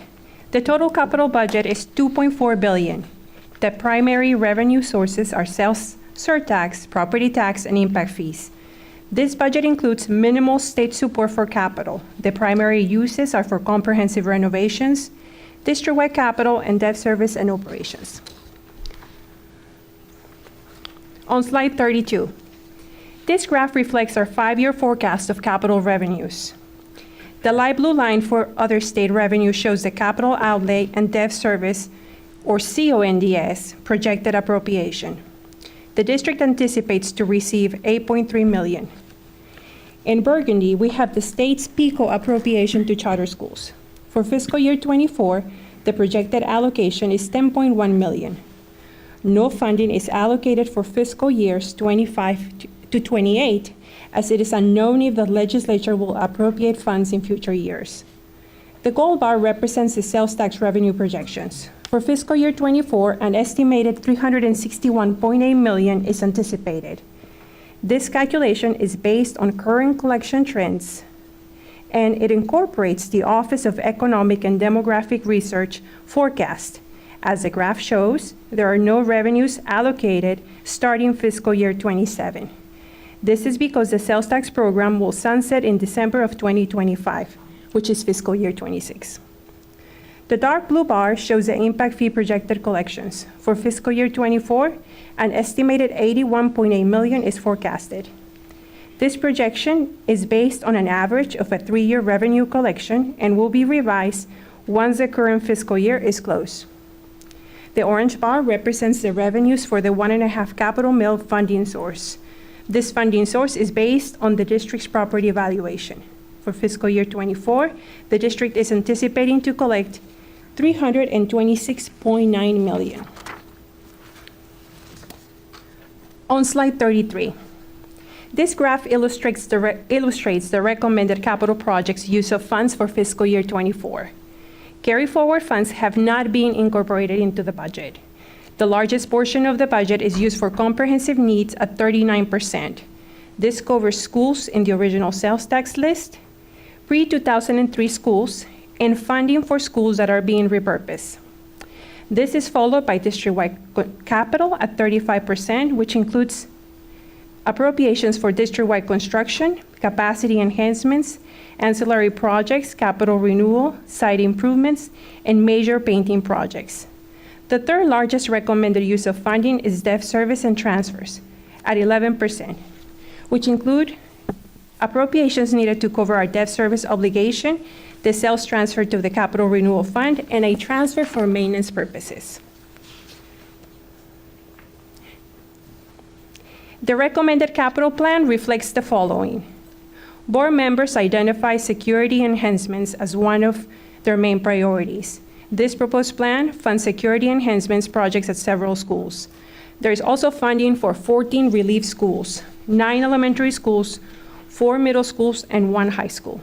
The opening year is based on recommendations and feedback received from both the Advanced Planning Committee and the Capital Program Steering Committee. Capacity enhancement. The recommended budget includes $84 million for projects that are primarily intended to add permanent instructional space and reduce some portable instructional spaces. It also allocates funding to a list of pre-2003 sales tax schools. These schools are earmarked for projects based on the needs as identified in the district's condition assessment. Funding is also included for repurposing projects at Gateway, STEAM Academy, and Cherokee School. And capital renewal.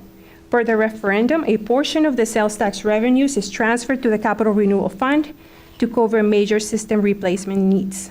This plan continues to fund that transfer.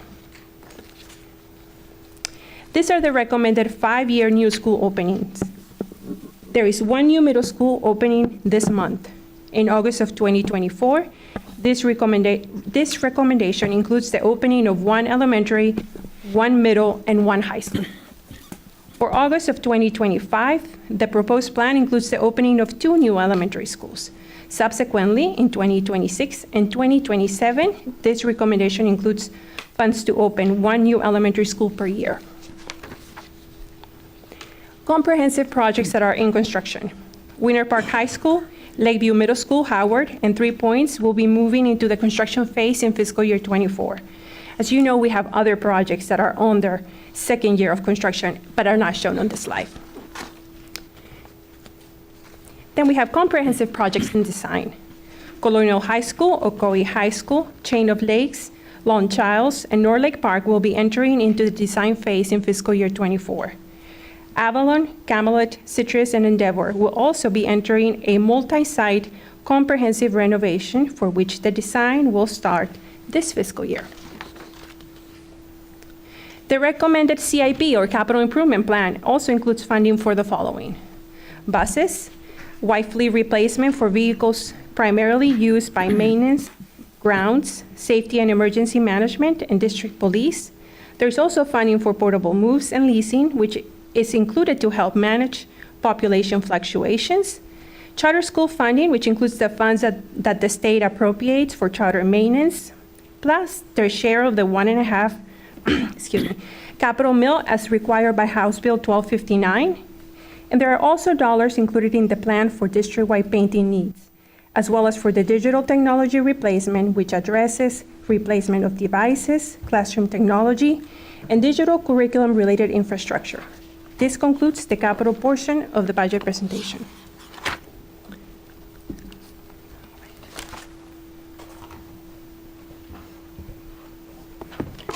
Okay, now we have our debt service fund. This fund is used to retire the indebtedness of the school district that the school district has incurred for construction projects. The primary source of funds is a transfer from the capital projects fund. There are no significant changes to the debt service fund. Special revenue fund includes the district's food service program and special revenue other funds, which are primarily school internal accounts and extended day programs. Other federal grants such as ESSER, Title I, and IDEA are amended into the budget as approved. The food service program is supported primarily by federal reimbursement, USDA commodities, and also from fees charged for meals served. For the 2024 school year, all meals at current schools will be provided to OCPS students at no charge, regardless of income level. This initiative is made possible through the Community Eligibility Provision, or CEP. CEP is an option for school districts operating child nutrition programs and is administered by the United States Department of Agriculture. Special revenue other are funds restricted or committed for specific purposes. School internal accounts are used to account for monies collected and dispersed by each school through fundraisers and other student-related extracurricular and co-curricular activities. Extended day accounts are used to account for all monies collected and dispersed in support of the program. The extended day program's before and after school activity provides a safe and supportive environment for children. The main source of revenue is user fees. The Internal Service Fund. The Internal Service Fund accounts for the district's Employee Benefit Trust Fund, Property Casualty Loss Fund, and Printing Services Fund. The Employee Benefit Trust Fund revenue comes from board contributions for employee coverage and deductions for employee and dependent coverage. The expenditures of this fund include payments for medical claims, prescriptions, and mental health. The district has been able to take advantage of ESSER funding to reimburse the Employee Benefit Trust Fund for the cost of COVID-related medical claims and prescriptions. Effective this past October 1st, 2022, the district now offers 4 plan options, including the new SureFit plan, which is free for employee-only coverage. Board contributions for employee-only coverage are $9,289.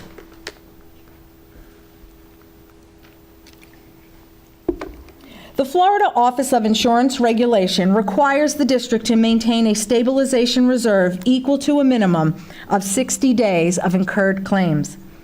Since fiscal year 2020, the Florida Office of Insurance Regulation has required the district to transfer to the Employee Benefit Trust in order to meet this requirement and for our self-insured plan to remain solvent. Additionally, from 2021 through 2023, the district has been afforded the opportunity to utilize ESSER funds to reimburse the trust for COVID-related medical and prescription claims. Besides the revenue generated through board contributions, deductions for employee and dependent coverage, and retirees and COBRA participant premiums, this chart illustrates the additional funding either transferred in or reimbursed to the trust. Spanning fiscal years 2020 through 2023, transfers from the operating budget fund balance have totaled $67.2 million. Additionally, from 2021 through 2023, the district has utilized ESSER reimbursement to support the Employee Benefit Trust totaling $33.7 million. Fund balance transfers and ESSER reimbursements combined total $100.9 million over 4 years.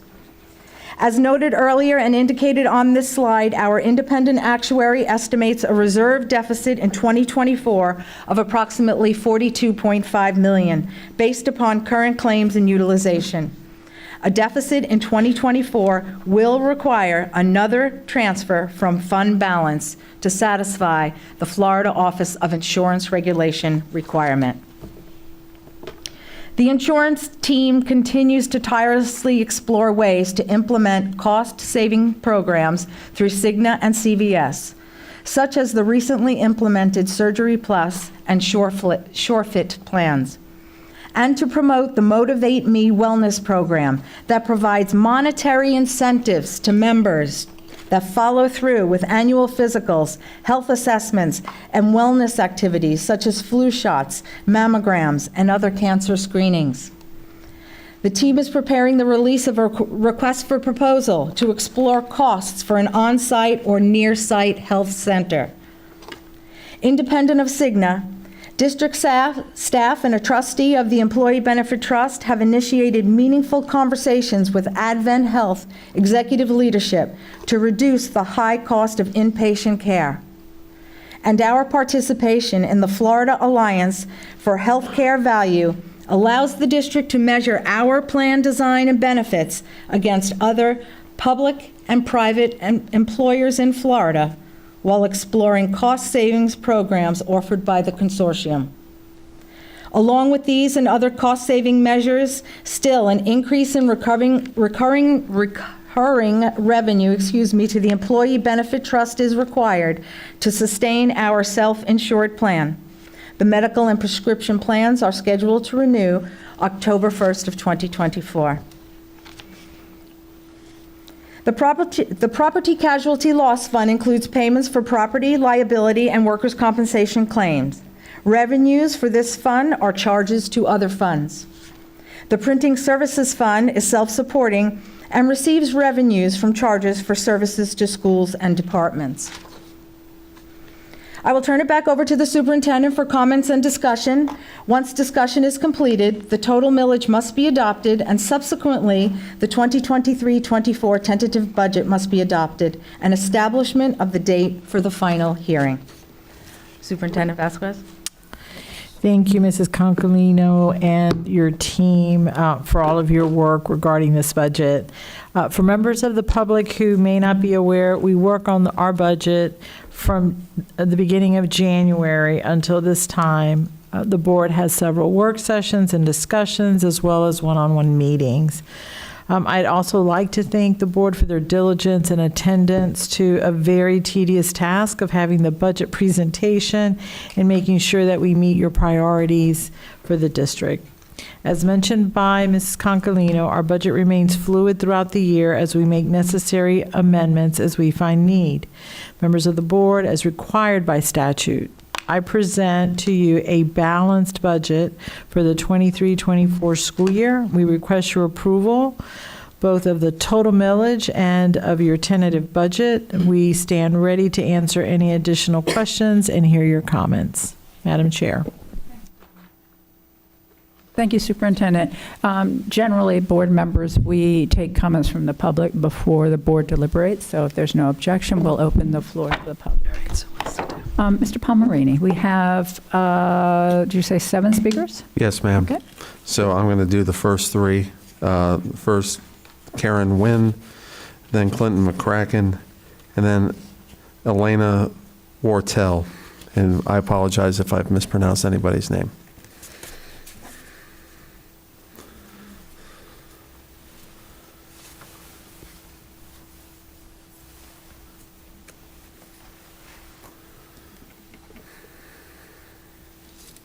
Good evening. Welcome. Thank you so much. Thank you for the opportunity to speak this evening. I'm very grateful. My name is Karen Wynn, and I am an elementary school teacher at McCoy Elementary School, and I teach under the awesome leadership of Principal Eric Unger, where he has taught us to aim high and fly higher. I am speaking on behalf of, and I'm sorry, I'm nervous. It's really weird. I watch you ladies all the time at home. I sit on the couch and I think to myself, oh, if I was there, I would say this and that.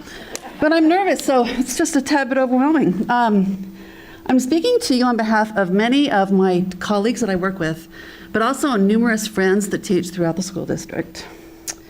We're concerned and we're somewhat angry. I apologize for tears. When we look at the school district's proposal for the pay increase,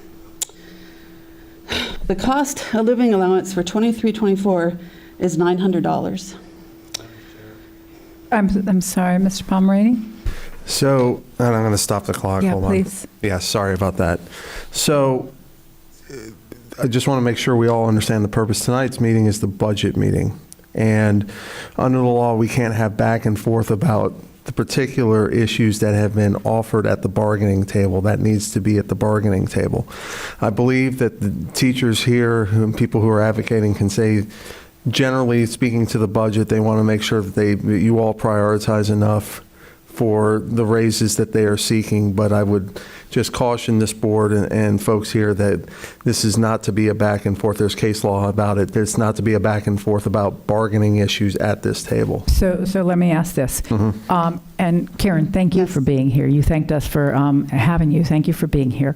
And relax. Okay. I get nervous too. So You do an awesome job. So. And here's my question. Is there any reason that teachers can't talk to us about what they currently make, how hard it is to keep up with the cost of living, those types of comments? Yeah, they can most certainly speak to those types of issues. I just don't want us to get into a back and forth where this offer was made by CTA, that's X, the district's offer was Y. That is more appropriately at the bargaining table. Okay, sure, I can totally change my verbiage. No problem. So we need more money?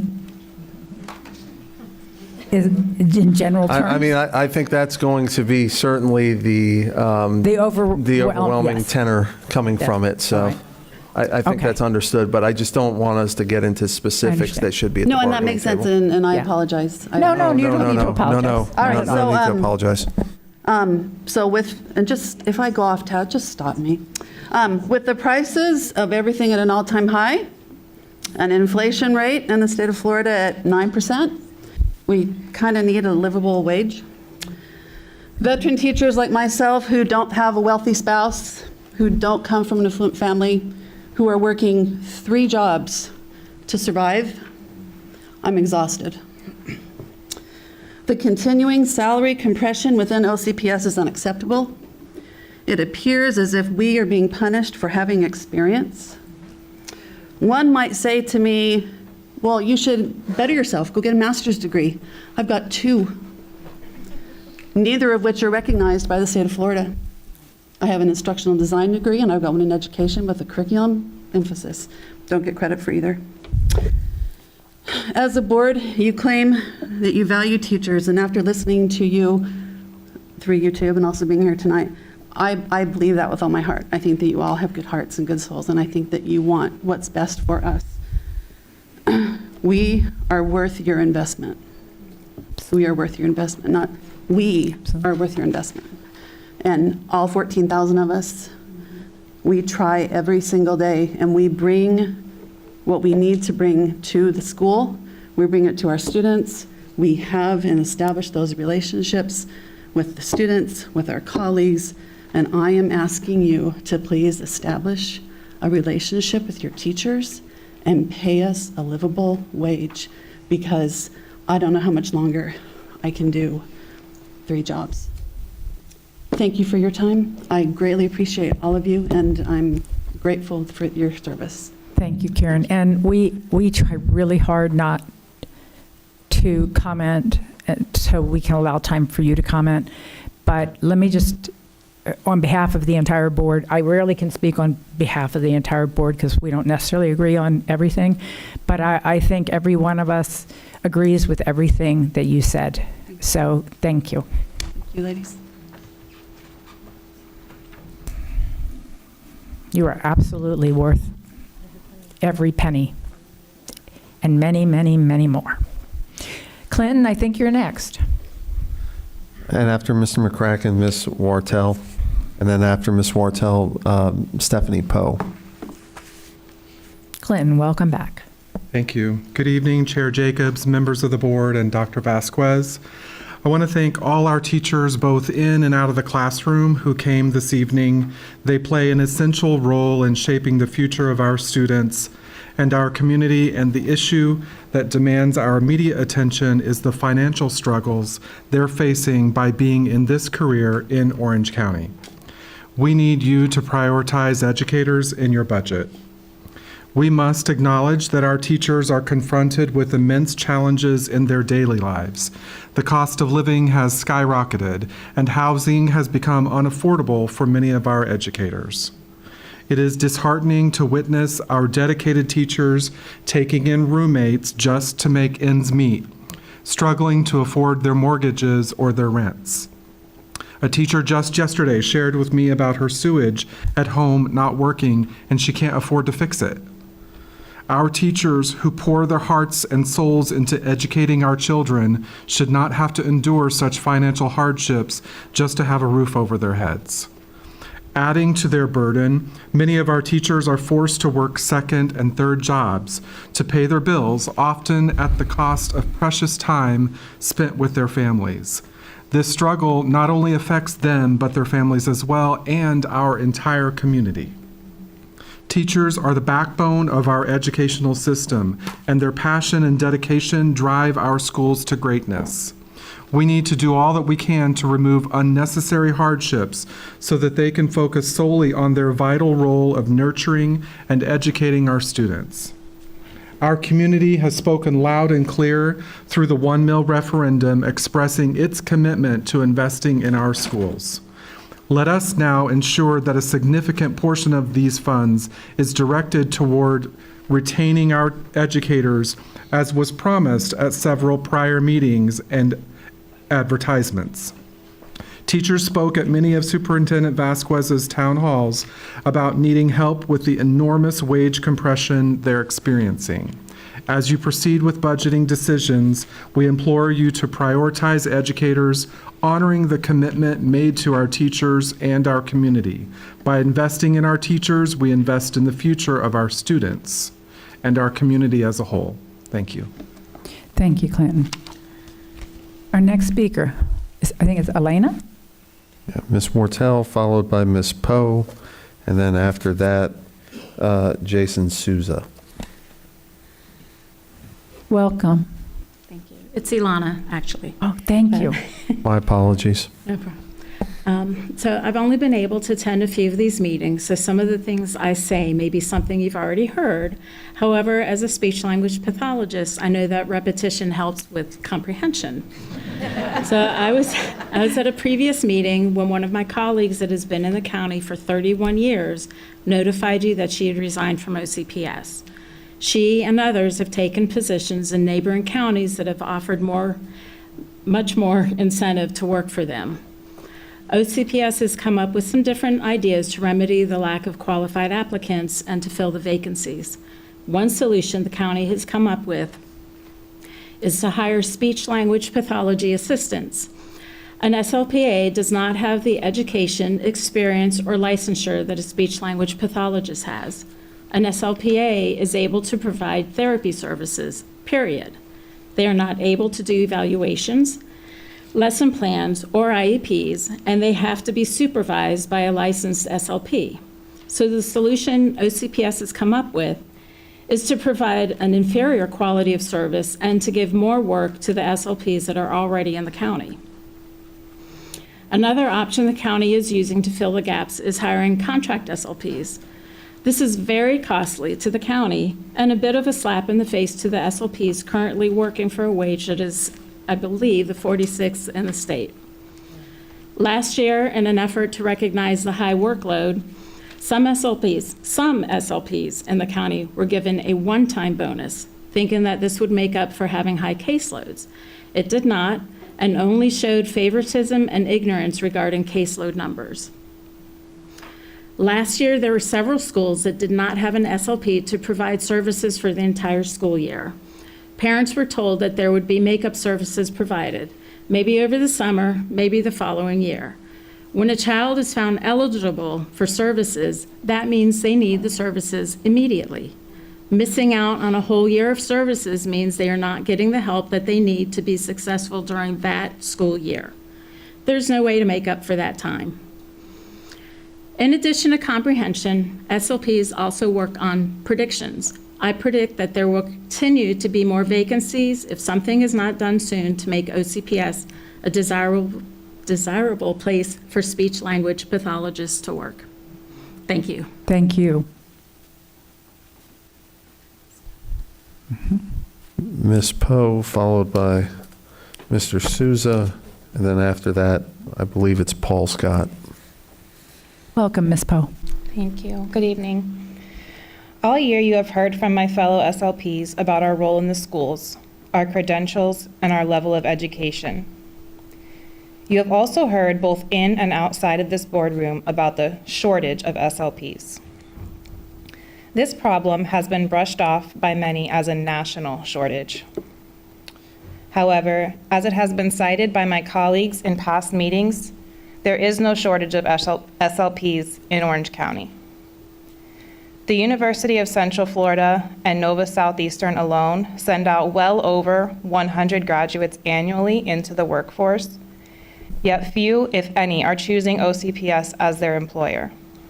Ask yourselves why.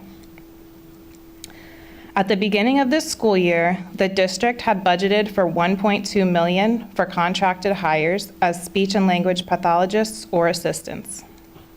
This equates to roughly 17 to 18 clinicians to cover maternity leaves and medical leaves, primarily. I recently learned that the district's budget for purchased services, which includes contract agencies, increased over the last 2 years by 41% in the sum of at least $100 million. Now, of course, this figure doesn't include just SLPs, but when I consider that going into this school year, we have roughly 44 contracted SLPs or SLPAs, I can only imagine that the budget just to cover our shortage has likely more than doubled. To dig a little deeper, many of these contract agencies who recruit SLPs to fill vacancies within the district are offering compensation of $55 an hour at the present time. The district is spending this amount plus an approximate 30% markup to contract agencies to employ just one SLP. While this is great for that SLP, it's costing the district tons and tons of money that could better be spent on direct hires themselves. I ask the board to take pause and consider how the continuation of hiring contracted staff at a higher expenditure is the right solution for this shortage problem. I ask the board to take pause and consider how to save the district money in this regard while also recruiting and retaining SLPs as direct hires of the district. Thank you. Thank you. Mr. Souza, followed by Mr. Scott, and then Ashley Modesto. Welcome, sir. Thank you. Madam Chair, members of the board, Dr. Vasquez, thank you for the opportunity to talk tonight. My name is Jason Souza. I am a mathematics teacher at Timber Creek High School. I'm also the parent of, I guess now, one former OCPS student. She's a freshman at UCF, and I have another in the school system.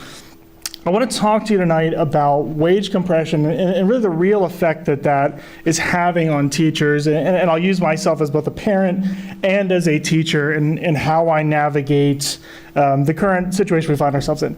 I doubt I'll get much disagreement in this room tonight that the most valuable resource in Orange County Public Schools is a highly qualified teacher in a classroom. Think of those 450 vacancies, and many of you have had experiences of what that is going to be like for students in those classrooms that don't have a qualified teacher. So what I contend with these days is when I have conversations with friends, I end up having to defend why I've chosen the profession I have, as though it was some sort of poor decision making. I've had to contend with explaining why I would stay in Orange County Public Schools, looking at a higher amount of $47,000 and a top end of about $74,000, and looking at less than $1,000 a year worth of compensation for my service. And so when you look at that and consider all that, what we do now is we talk a lot about, how am I going to get out of here? How am I going to leave this place that I've put in 16 years and start a new profession? And what we find is the options are to go somewhere like Miami-Dade County or Broward County, which have done better deals recently, have done things to address wage compression in particular, and get us to a place where our experience is valued, as many of my colleagues have said. And so as you leverage this really large chunk of the budget that is allocated to what I feel is the most important resource that we have in a classroom, or even devoid of a classroom. We've run out of classrooms with hurricanes and COVID and things like that, and still the teacher remains. And so as you consider that, and that large piece of budget, think of how is this affecting where our profession ends up and where Orange County Public Schools ends up, as we as teachers now, to give good advice to our students, to our children, to those entering the profession. You should not pursue a career in Orange County Public Schools because your career will not be valued. And so when we look down the line with that, where will we be in a year, in 5 years, in 10 years, as this exodus continues? To echo the sentiments of my colleague with the speech and language pathologist, the same accounts for teachers. So I would ask you to consider, as you leverage that budget, consider how to value the experience of veteran teachers. Thank you so much.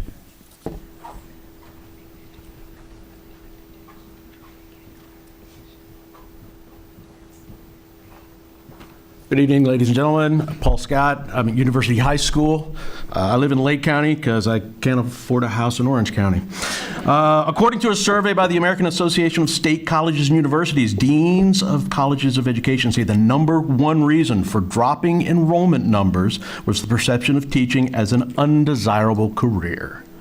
That perception is likely based on complaints about a lack of professional autonomy and low wages, the dean said.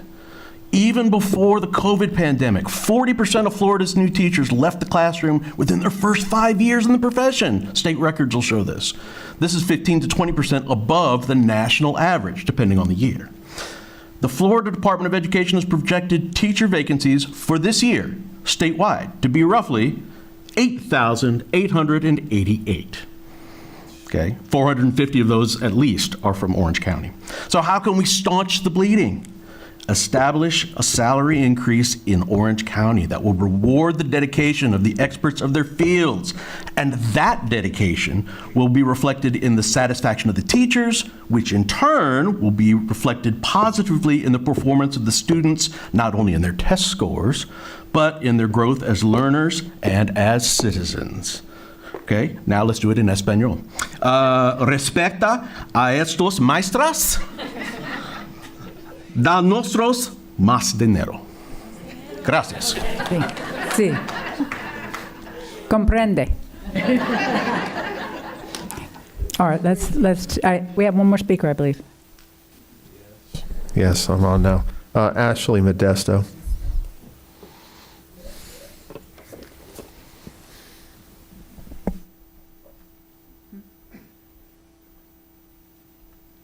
Welcome. Feel like I'm tall. Wait. I got this. You got it? Okay. I gotcha. I'm not short. I'm like height deprived. Oh, thank you. All this time I've been thinking I was short. Yeah, exactly. Okay. So my name is Ashley Modesto. I'm entering my 8th year within OCPS, and I get to work at what Ms. Felder would say is probably the best high school, Edgewater High School. Yeah, yes, of course.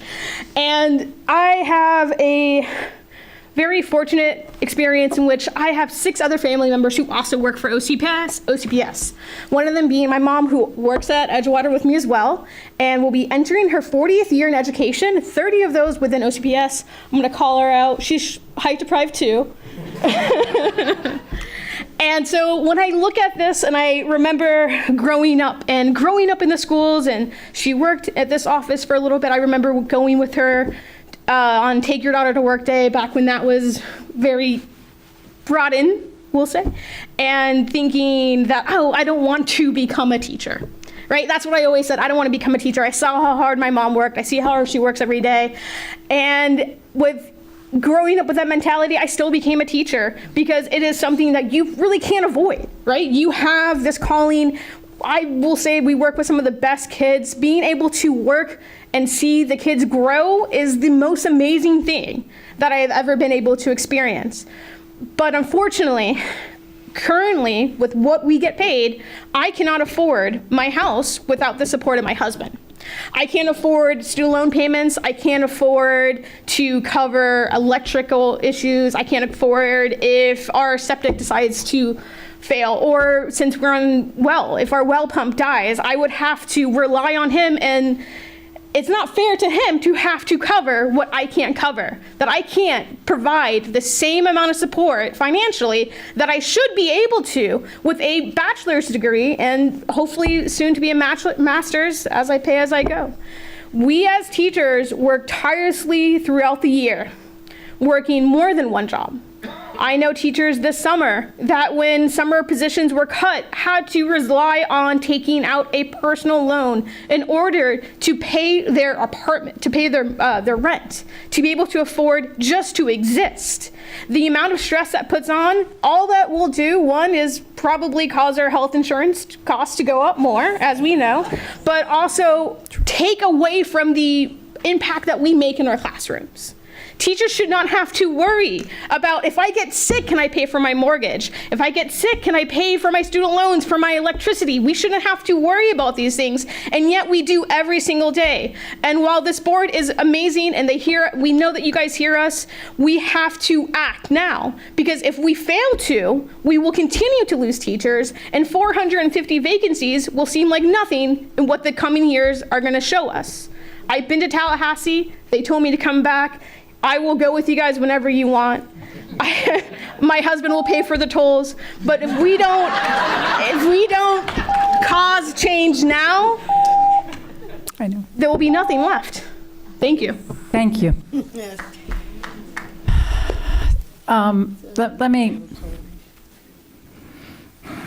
Let me talk to you all for a minute. First of all, I agree with everything you said. I believe everything you said. I understand how serious of a problem we have. I also find it embarrassing and disgusting, quite frankly, that the profession that ought to be most revered in our nation has become a place where you have to explain to people why you would ever want to work in it. We as a nation cannot survive without our public school teachers. We simply can't. There isn't an adult out there that's earning a living and providing for themselves that doesn't owe that to a teacher. My kids all went to college. They went to college because they had good teachers that taught them enough to be able to get into college. And yet, my friends that are teachers can't afford to put their kids in college. That's perverted, frankly. And it is the reason when I left office as mayor, I ran for this position, because I understood how critically important it is, not just one by one for each child, but it is. But society-wise, it's critically important. We're in a race against other countries, and they're winning because of education. And they're winning because they woke up and realized we need to invest in education. They made it a priority, and this state has not.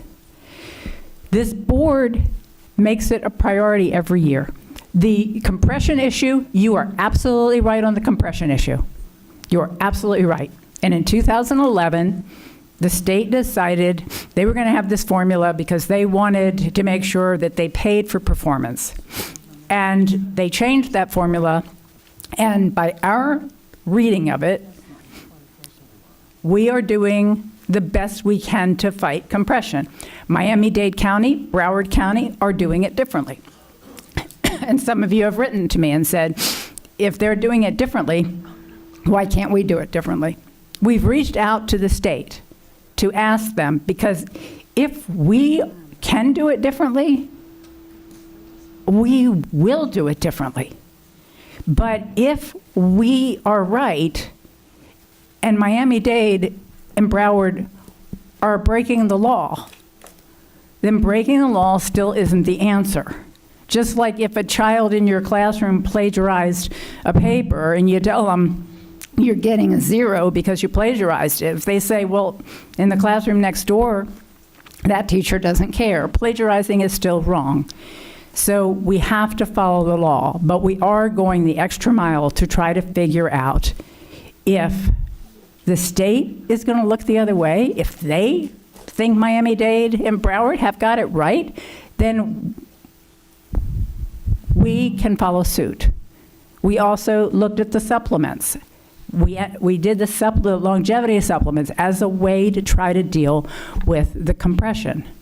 But it's not a lasting source of funds because it comes from a non-recurring source of funds. We continue to go back to the well. We're committed to you. We will do our best. Every board member up here, that has been their priority every year. And nothing I say is going to help unless we can pay you a livable wage. And I know that. I understand that. I understand the words are hollow when it comes time to pay the bills. But I still feel like you deserve to know the truth. And that's my truth. Member Ferrant? Thank you, Madam Chair. I just want to say thank you to each of you for coming tonight. It's almost 9 o'clock. You've been here this whole time waiting. Tomorrow you're starting school. And so I know this is a sacrifice for you guys to come. And so I really do appreciate each one of you for being here. I know, I'm sure I could speak for all of us, but I hear you. I hear everything that you're saying. When I got on this, I'm a mom, I'm not a teacher. So I'm a teacher at home, if you want to say, but I'm not a teacher. And so when I went door to door, the teachers would come and that was their number one thing. And I just want you to know that it is absolutely frustrating being on this side of it and seeing the process. Like, there has to be a better way. I truly hear you. I feel what you're talking about. I have friends who are teachers who are working 2 or 3 jobs. It's ridiculous. And I do think that when we are in a recession, or I don't know if we're in a, but inflation's going up, we've got things happening and we got to kind of buckle down. I do think that this district does have some work to do with making sure that we are frugal with our money. Just something as simple as me wanting to do a newsletter. I've been in office now since November and have not been able to do a newsletter because they want me to either go with one of their 2, which is over $2,000 just for a newsletter, when I could do it myself. But there's legalities and legal issues and whatnot. Those are the things that are frustrating to me. And I think if we can be very frugal, I've also spoken with principals who they would love to use a side, maybe a friend who does t-shirts, and they could get it for way cheaper, save the district money, but they have to go through somebody that's approved vendor who is maybe double or triple the cost. And maybe I'm wrong, maybe I'm not, I don't know, but I think there are ways that I would love to see this district be very frugal, and I'm not saying remove different positions. I know that had been talked about of like I think I'm getting into bargaining, but whatever. Just making sure that we're just being very frugal. This is about making sure that everyone is paid what they deserve, and our teachers really do need to be the top priority. I think we do speak for everyone. But I thank you. If I can I speak about the budget that we talked about then? like the whole budget, I can speak about that. I just wanted to say, just on page 28, I know it'll come up from some people, and I've said this before, but as far as funding that is now from HB1, funding that goes to private schools, I know many will say that the funds are being taken from the public schools, but in fact what's happening is the way the state has issued it is the funds are going through the counties, and they don't even touch anything for our students, and they go right to the private schools. However, I have been trying to work with the state to see how can we get those funds, and they just get funneled through like an FLVS. That is state funds that get paid for students, but it does not go through the counties. And so I think we need to have private school funds that are going through from the HB1 go a separate way so that it does not get confusing and it doesn't make it look like we have more money than we actually do, or that those funds are being taken from public schools, which it is not. It's just that money would not be here if those, because the students are not within the public school. I just wanted to clarify that one more time. I know sometimes that can get confusing, but thank you again for your time, and just know that I know for myself, we really are fighting for you. Vice Chair. Thank you, Madam Chair. And yes, thank you all for being here. It is late on a Tuesday evening, and as Member Front mentioned, you have your first day of planning tomorrow, so we appreciate you coming out, talking to us, giving us feedback all evening long, not just on the budget, but on our code of conduct. As a board member, it's extremely frustrating. I want to say, Mr. Souza, you taught my daughter. Weren't you at East River? Yep. She loved you, by the way. She said that you text her after she graduated to ask her about her, so thank you. So just that goes to show you what teachers do. Even after they graduate, they're still checking on them. It was an email. You're right. She did tell me it was an email. Let me correct that. I don't want to get anybody in trouble. But anyways, so I was just trying to make the point that as teachers, you guys go above and beyond what as parents we even know that you do, because I did not know that you had emailed her. She told me I texted her. I know. I'm allowed to, well, anyways. So it's frustrating because a lot of conversations that we have are in closed sessions, is behind closed doors, so you don't get the benefit to hear what we as a board say. You don't get the benefit of hearing how frustrated we are. You don't get to hear the benefit of us saying we give till it hurts and then give some more. You don't get the benefit of us questioning every single thing that they put for us and asking for more information. And did you think about it this way? Did you think about it this way? Well, can we do this? Can we break the law? That $74 million that we need to give to Disney, I can't tell you how many times I said, well, what are they going to do when we tell them we don't have it? Can we just use it? And when Disney comes calling, actually the tax collector comes calling and says, hey, we need some of that amount, we just go, we don't got it. Well, I mean, what are they going to, we don't have it. Like, what will they do? Are they going to throw us? Well, that takes some time, and by the time they sue us, we hopefully would be able to find the money. But my point is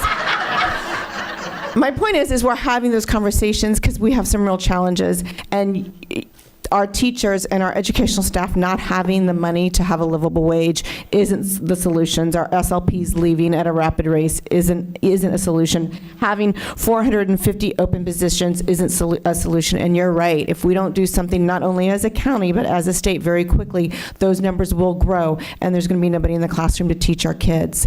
And having 2 kids that went through the public school system that have also graduated from state colleges here in Florida, I can't tell you the value that they received from public schools. It was invaluable. Not just the education, the academics, because that goes without saying, but just the experience and the friendships and the relationships that they built with their friends and with teachers. I just can't say enough, but we hear you, I get it. Like, we'll continue to have conversations. It's frustrating because we can't tell, if I say anything, John's going to yell at me because he's going to claim it's bargaining, and then I can get in trouble with Clinton, and I don't want Clinton mad at me. So it's a frustrating process because you're looking at us like you say this over and over and over to us, and you're not doing anything. And it's because you can't see what we're doing.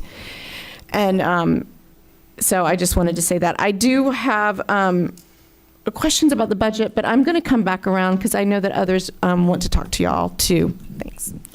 Member Kester-Daniel. Thank you, Member Gallo. Thank you, Madam Chair. I would like to also thank you all for coming out tonight.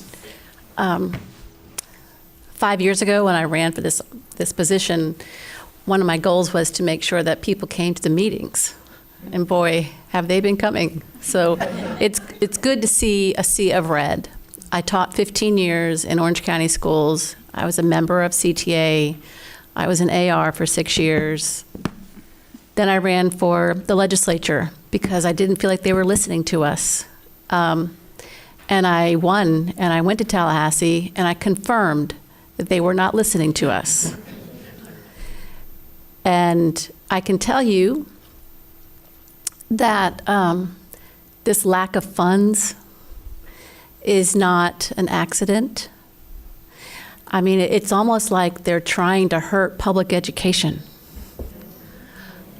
Oh, wait. This is the design to undermine our public schools. The money that the public dollars that they have given to private schools those are our public school dollars that they are now giving to people to go to a private school. So it's not just that it's being passed through our county. Those are public school dollars that they now are handing over to unaccountable private schools where you don't have to have a qualified teacher.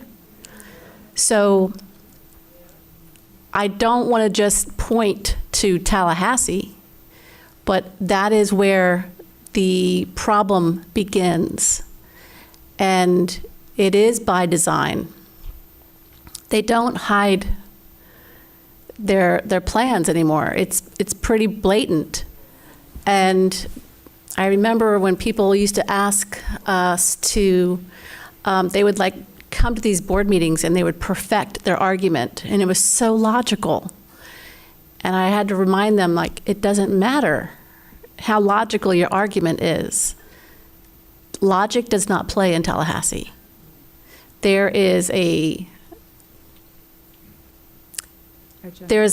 agenda by those in power, and they're implementing it. So the power that we have is in our numbers and our people and our voices and our votes. Now, I do know, I want to just second what Member Gallo said, that in our deliberations with the board, when we are talking about what to put forward to the bargaining table, we do go into detail. We do scour the budget. We do raise a lot of questions. We have staff running all over the place finding answers for us and calling other counties and asking a lot of questions. So we are looking. We also have this looming healthcare costs that won't stop rising. That, coupled with the disinvestment from the state, is what's causing this pinch. So know that we hear you. We appreciate your coming out tonight because it does help to put your stories, your lives in context. It reminds us who we're fighting for and the questions to ask. Mm-hmm. And we will continue to work for you. I wish I could make a promise. I'll just promise that we will continue to do our best and know that you are respected. Thank you. Member Felder. Thank you. Thank you to all my colleagues sitting here on this dais and what you are saying. When I decided to run, Ashley and a couple other teachers at Edgewater, they kept telling me, you need to run, you need to run. And initially, my major thing was Teachers need more money. We need more money. But of course, after getting on here and seeing the whole of it all, I have one thing that I need to say. Vote. Your state legislators that represent you in your counties, your districts, those are the people that come together and write legislation that affects us all. Vote. In 1954, in Selma, Alabama, and Montgomery, they went on a bus strike that lasted 96 days. Black people were tired of being put in the back of the bus. It was hard. It was rough. But for 96 days, they messed up the financial budget of America because the Department of Transportation, they couldn't function because they didn't need as many bus drivers as they had because nobody was riding the bus. There was no cell phones, there was no TikTok, there was no Facebook, there was a mimeograph machine with purple ink and a rotary phone. And they changed the trajectory of this country. Teachers were some of the ones on the front line. Teachers. I don't need to repeat that. You know that we are with you. And everything they've said, when we get behind those doors, you don't know. We're going back and forth, trying to find ways. Vote. Vote, not just for the governor or the president. Vote for the people who are writing the legislation that's going to affect you and your families. Vote. Thank you. Thank you, Member Felder. Member Salamanca. Thank you, Chair. I echo my colleagues on saying thank you for being here today and for representing all those who couldn't be here today, because you're here tonight to talk to us, and it matters to hear your experience. It reminds us as well of the everyday. And there's so many incredibly great teachers that also impacted my life. I went to Timber Creek High School. I have been a public school kid my whole life. I mean, from first grade, I came from Columbia, so that was a little different, complicated out there. And I went to public university. I went to UC Berkeley. So 100% of me today here is public school. And I think when I ran for office, I'm not a parent and I am not a teacher. And that was like the biggest thing that I kept hearing in so many of the doors I was knocking. But one of the things that I reminded folks all the time and I really want to do is my first 10, 12 years of my career were all spent in finance. And one of the things that I do every day here on the podium as well as behind is go budget line by budget line. And I care so deeply about finding every dollar that we can find for the priorities that the school board has up here. And I ask questions about all of these budget lines. And I just care so deeply. My parents were custodial workers and housekeeping and at UCF and an OCPS. And I saw just what a salary that is not a livable wage does to a family. I lived it all 18 years of my life before I kind of left home, and the stress that puts in a family and how hard that was. My parents did not pay for my college. I still have student loans. For public education, that was, it's going to be a while for me to pay that back. But the work you do is important. As Member Felder say, elections really, really matter. For school board and for legislative, it was really hard to get elected on a I know numbers perspective. And I understand, but it was very difficult to say I'm a student. I've been to the classroom. I know what my teachers went through. I know what parents went through. And I know numbers, and I know them really, really well. And I can represent and bring a perspective to the school board that maybe hasn't existed before. And it was just so hard to be taken seriously for so long. And, every day out here I am crunching numbers and pulling Excel sheets. And I've been talking about the fiscal cliff when the ESSER dollars go away for 2 years now. And telling our community about the importance of the federal government coming together for this. The federal government, the last bill that they passed, education was one of the things that they, on both parties, agreed that they would compromise on. And that's really tough to see. So I really thank you for being here. I thank you for hanging on, and it's difficult, and it is totally designed from the top to bottom to make your everyday harder and harder because they want you to leave the classroom. And they want our best, highest quality veteran teachers to leave the classroom because then they can say that public education is not working for our country. And then they get to do everything they want to do. And so it's really catch-22 for all of us, and it's really tough to be in the situation. It's hard being on the side of the podium post an election and seeing just how hard this process is. But we do care deeply up here. We are trying our best. Your representative that you've elected is so thoughtful and nuanced and really truly cares deeply and works tirelessly at any hour of the day and night, that all this small little things just add up, and it really makes a difference on the conversations we get to have. So thank you for that. Thank you, Member Salamanca. Vice Chair. Thank you, Madam Chair. So I have a couple of questions about the budget.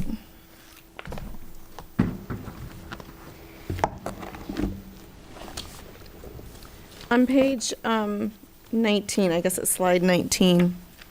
Slide 19, or are you Well, in I the got summary you book? guys, I think, printed out the slides. Oh, So okay. I think I'm looking at the slides. I'm not looking at the actual budget. Of the presentation, Of is the what she's referring to. 19, this one. So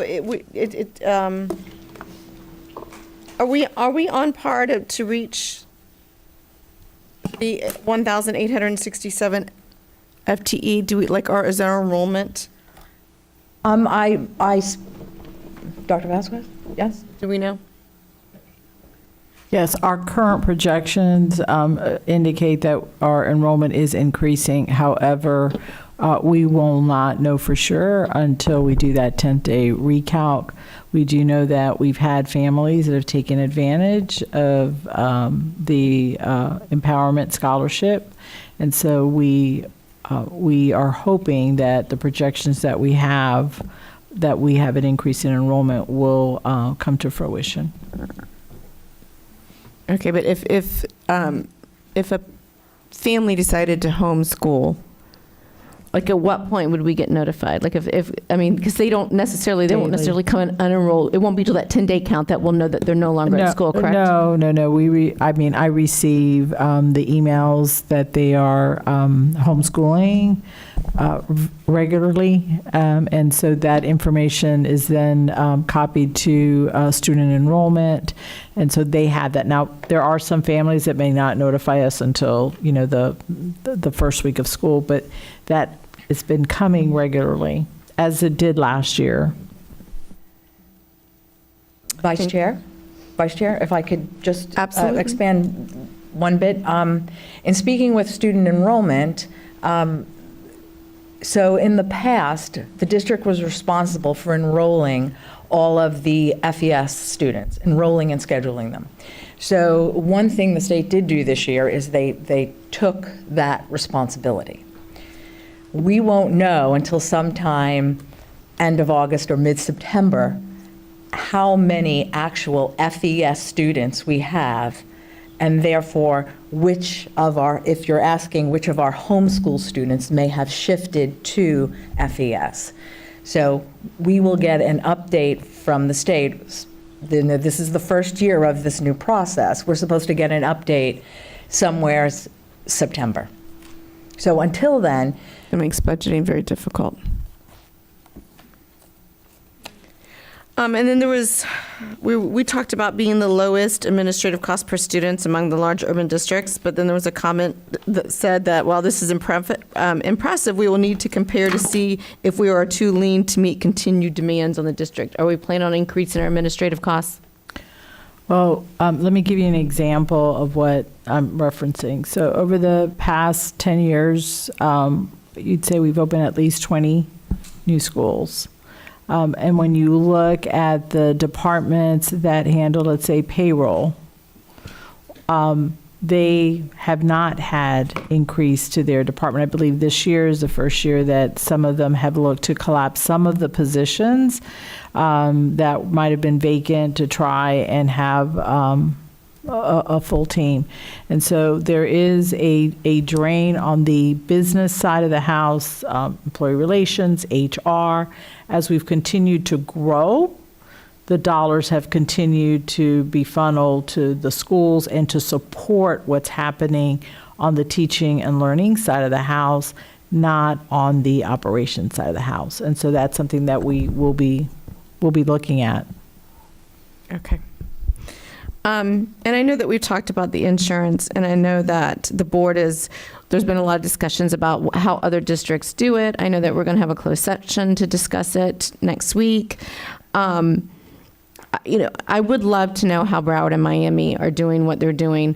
I get that what they're doing may not be legal, but if they're doing it and they're able to get away with it, and so are some other counties, then I think we need to look at that and see if it's doable for us. And then I'll leave you with this, and this one may not land well. But as we keep losing students and our projections go down, our need to open up new schools will go down as well. It just will with this FES scholarship. We have the half penny sales tax coming up in 2 years for renewal. Do we have to keep that for capital, or can we do it capital / salary for our teachers? Is that something that we would be allowed to do? Is this something, can we discuss? So first I want to say that enrollment, to my knowledge, is not declining. Our projections for this upcoming year are that we are over 209,000 students. And so I don't know, I don't have any indication that enrollment is declining. Second, yes, we can have that conversation about the language that currently exists. What we do see in the areas where you're having your new schools, they are growing. Okay. I'm in District 1, and District 1 isn't growing, so. You're right, but District 2, District 5, 4, there's a lot of growth. And so if you go back to the schools that are being built, they're in the areas where you see the high growth. They're not like in the urban core, or I don't believe that we have one opening in your district in the next 2 or 3 years. And 10, there's no new schools going in District 1 in the CIP, 10-year CIP. Right, so we would look at that, but then when you're looking at Lake Nona High School as an example, that I think has 40, or projected to have over 4,500 students this upcoming year, they needed that new high school that will open up in a year. Absolutely, so I guess that's the balance. We need buildings, we need schools. Are we use them as efficiently as possible? I just think that as we move forward, I would just love to look into it. Let's take a look-see and see if as we come up on some new language, we might be able to tweak it if it's affordable to do so and it doesn't hurt growing districts, because I don't want my fellow board members to come after me. Oh, is that where it's going to land? Not land well? So I was waiting for the part where it doesn't land well. John? So I want to look at this more in the morning when my brain's not completely fried. Mm-hmm. I think with respect to the sales tax, that is more capital. And here's another option that we can look at too. I know we have the 1 mil. Remember, under state law, we can go up to 10 mills. So we have more room within the millage, the voted millage. Now, of course, that would have to be the residents of the county supporting that. But we're not close to the 10 mil cap that's in the Florida Constitution, so. I believe that I know we have room, but I don't think it gets us all the way to the 1 mil. Let's look into it. Oh, no, yes, that's what I said. Yeah, I don't remember it's 1.5 or 2. There is, but we do have room. And I think that would be an excellent idea, given the support that we've already had. Yeah. Yeah, I think so too. Yeah, I think so too. I will look that up and get an answer on it. But I think the millage is probably going to be the way you would go rather than the sales tax, because I think the sales tax is capital needs. Unless it's changed, and I know you said Miami-Dade, we need to look at what they've done. Okay. Okay. All right, we'll look into it. Yeah, we'll look into it. I neglected to also say, remember, part of those dollars are for renovations and keeping up the schools. So even, let's say that there was a decline in the number of new schools that need to be built, you've got all these other schools that need either renovations or enhancements. That's all part of that pot. And I understand that, and thank you for that. And like I said, I'm just trying to be creative in ways that we can come up with any type of income that we could provide to our teachers. And that's not to say we're not going to do everything we can right now for y'all, but I'm just trying to think of long term. We've got to find some sustainable solutions for compression and other things so that we can lift y'all up. So I'm willing to look at anything and everything that might help do that. I totally agree. One other thing. We've talked about, board members have expressed concerns about the state's lack of support for public education. And I was mayor for 8 years, and I'm a financial hawk. I'm right there with Member Salamanca. And there were a lot of things that we did creatively with the budget, and coming here was so different because at the county level, when property values went up, property taxes went up. When property taxes went up, our budget went up. And every time, almost every single year, I could count on, a 10, 12% increase, which we could pass on. Either some of it was capital projects, but a lot of it was salaries. And the state, only one time in the 16 years I was in county government, only one time did they intervene and say, you guys are collecting too much money, and they forced us to lower our rate. One time. Since I've been here, every year, we don't get to collect the full amount that we don't get to keep the rate the same. We don't get to keep the rate the same. At county government, kept the rate the same. That meant property taxes, property values went up, money came to us more, right? Here, no. And besides the fact that they control how much we collect at a local level, they also tell us how we're going to spend most of it. They is the state. Sorry if I'm not clear about that. That's state government telling us how much we can collect, even here locally, and how we're going to spend it. Night and day different. And I share this with you they could do the same thing with county and city governments if they wanted to. They leave them alone. But they spend an enormous amount of time trying to make sure that they control what we do, how we do it. And now most recently, what Jeb Bush started out as a small program has turned into just completely funding private education. So it is hard not to see that as by design. And it makes the challenge of figuring out how to keep you all here extremely difficult. But there isn't one of us up here that doesn't understand how critically important it is. We will, as we do, we're going to go back to the drawing board over and over again. To the SLPs, I don't know if anybody is still here. Extremely important. You're absolutely right. Paying contract employees more doesn't make sense. We need to fix that. That's all I can say without getting in trouble here. So any more questions? If not, go ahead. We're going to go to a motion.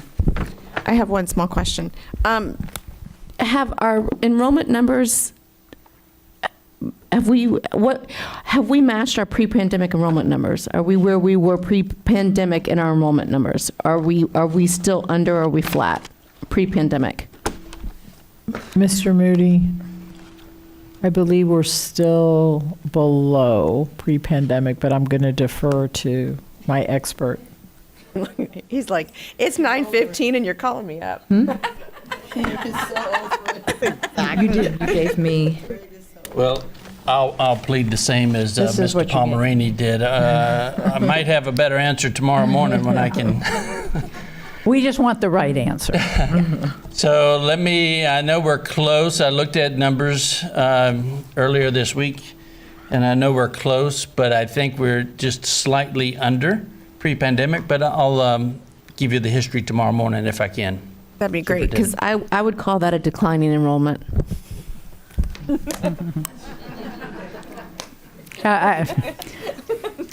It's definitely a recalibration. Yeah, it's been going up since the pandemic, though. But so in effect, we have been increasing enrollment, but I'll All get you right. those numbers tomorrow morning. Are we ready? Are we ready for a motion? If so, I believe Member Gallo has the language for the adoption of the millage, which we'll take up first. Yes, I do. Thank you, Madam Chair. Whereas Section 200.065 Florida statute requires that the school board adopt proposed millage for funding the tentative budget and notify the property appraiser of its action, and whereas the 2023-24 school year tentative budget is based upon a total millage of 6.21 mils, which is more than the rollback rate by 9.62% as computed pursuant to Section 200.065 Florida statute. Excuse me, Chair, Vice Chair. Oh, yes. Yes. Can you repeat the millage number again? I believe you missed a figure.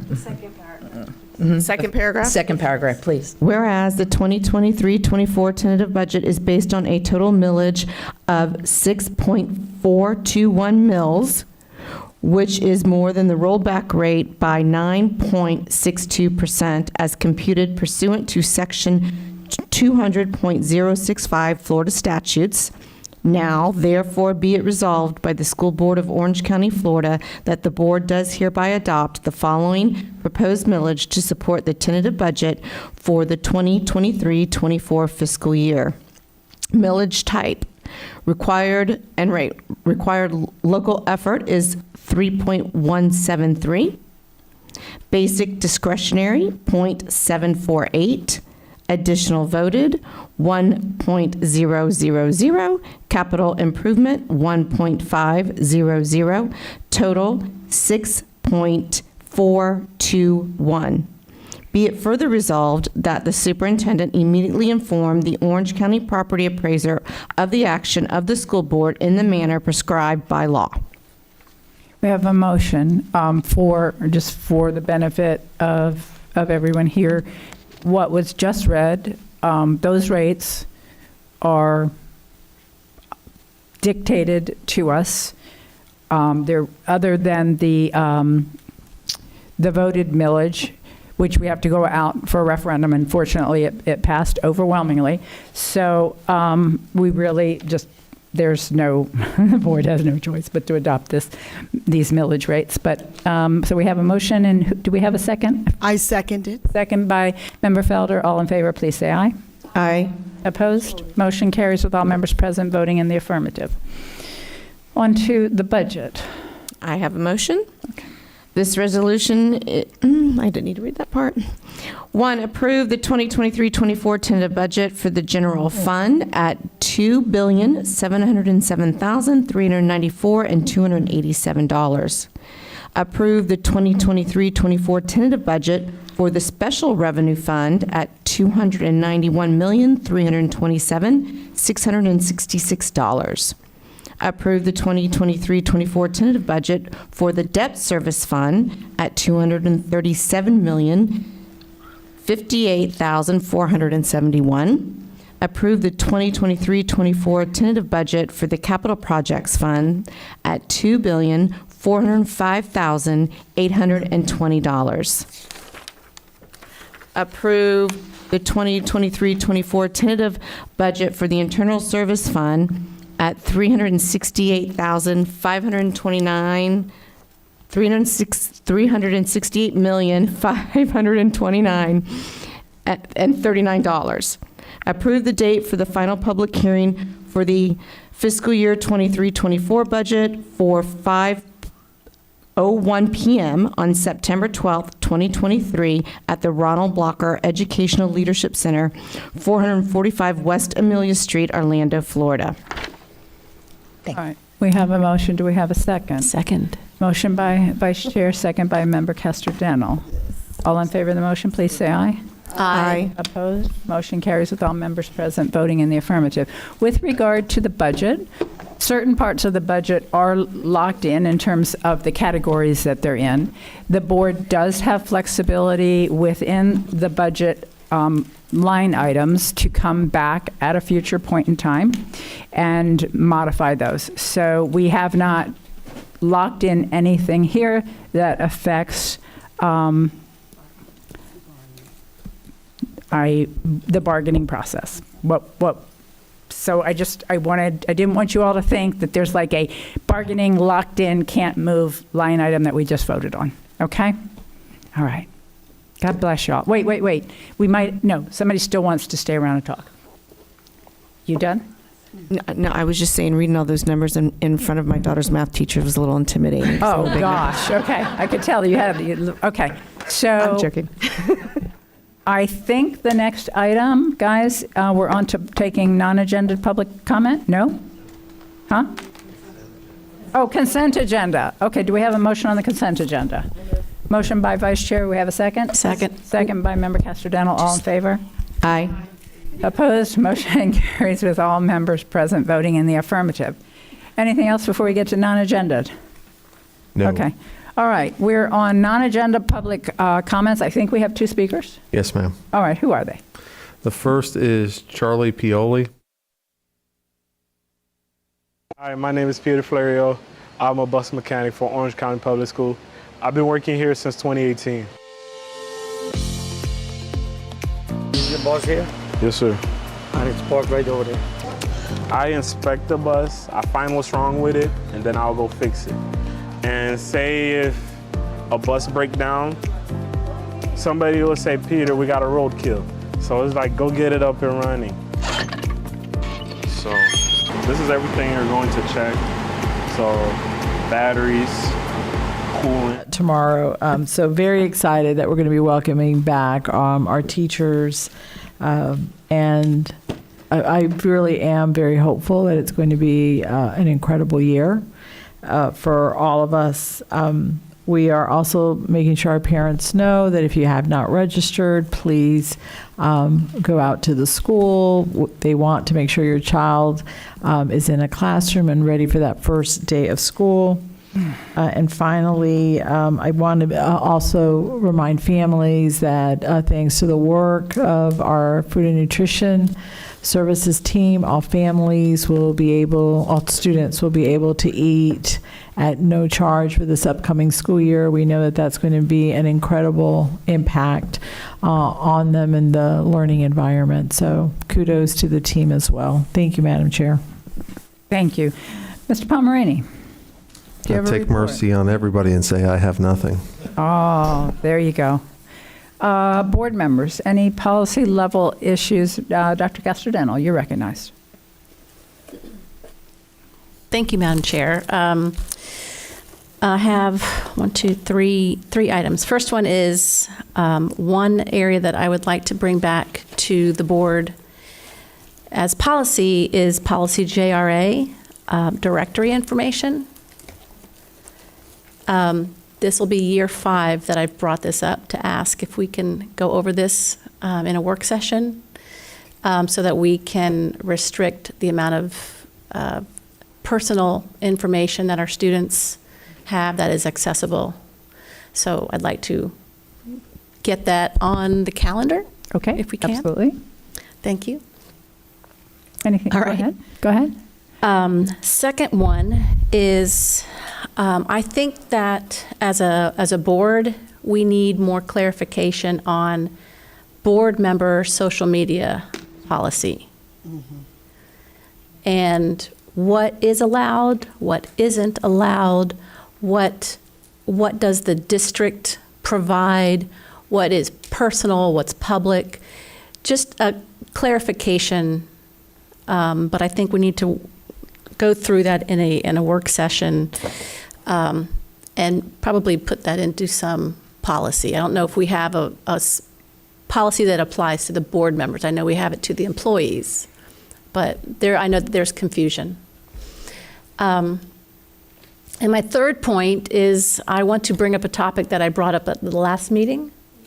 I'd like to consider a legal challenge to protect our students from being taught a curriculum that is intellectually dishonest. And I have a problem just kind of sitting and waiting for guidance from the DOE about how to implement a curriculum that teaches children that slavery wasn't all bad. We are the school board, and I think if we don't stand in the gap between the Department of Education and our teachers to protect our teachers from either having to choose to risk their license or to teach a bold and dangerous lie, then who will? If the board doesn't stand up and say that that's not acceptable. So the Department of Education is requiring our middle school teachers to bear false witness or lie, in other words, to their students when the state curriculum states that Black people benefited during slavery, with no mention of the deep knowledge and skills they brought with them from Africa. The Department of Education is asking our high school teachers to teach that the 50-plus victims murdered by a white mob during the Ocoee massacre were somehow partly to blame because they were warned and they dared to cast a vote anyway. I find this to be personally outrageous. And what if these standards targeted a different group of people? What if these standards instead minimize the suffering of Holocaust survivors? Exactly. What if these standards proclaim that they benefited from the suffering during the Holocaust because it made them more resilient? Or that they learned a solid work ethic in the concentration camps? Would we all be outraged then? I believe so. So I would like to bring this back up to have on the next agenda to discuss. I think the board needs to fully understand what the standards or what the Department of Ed is mandating, and to discuss what our recourse is. We have to protect our teachers and the whole generation of students who are going to be subjected to this racist propaganda. So I'd like to know what maybe the other board members think.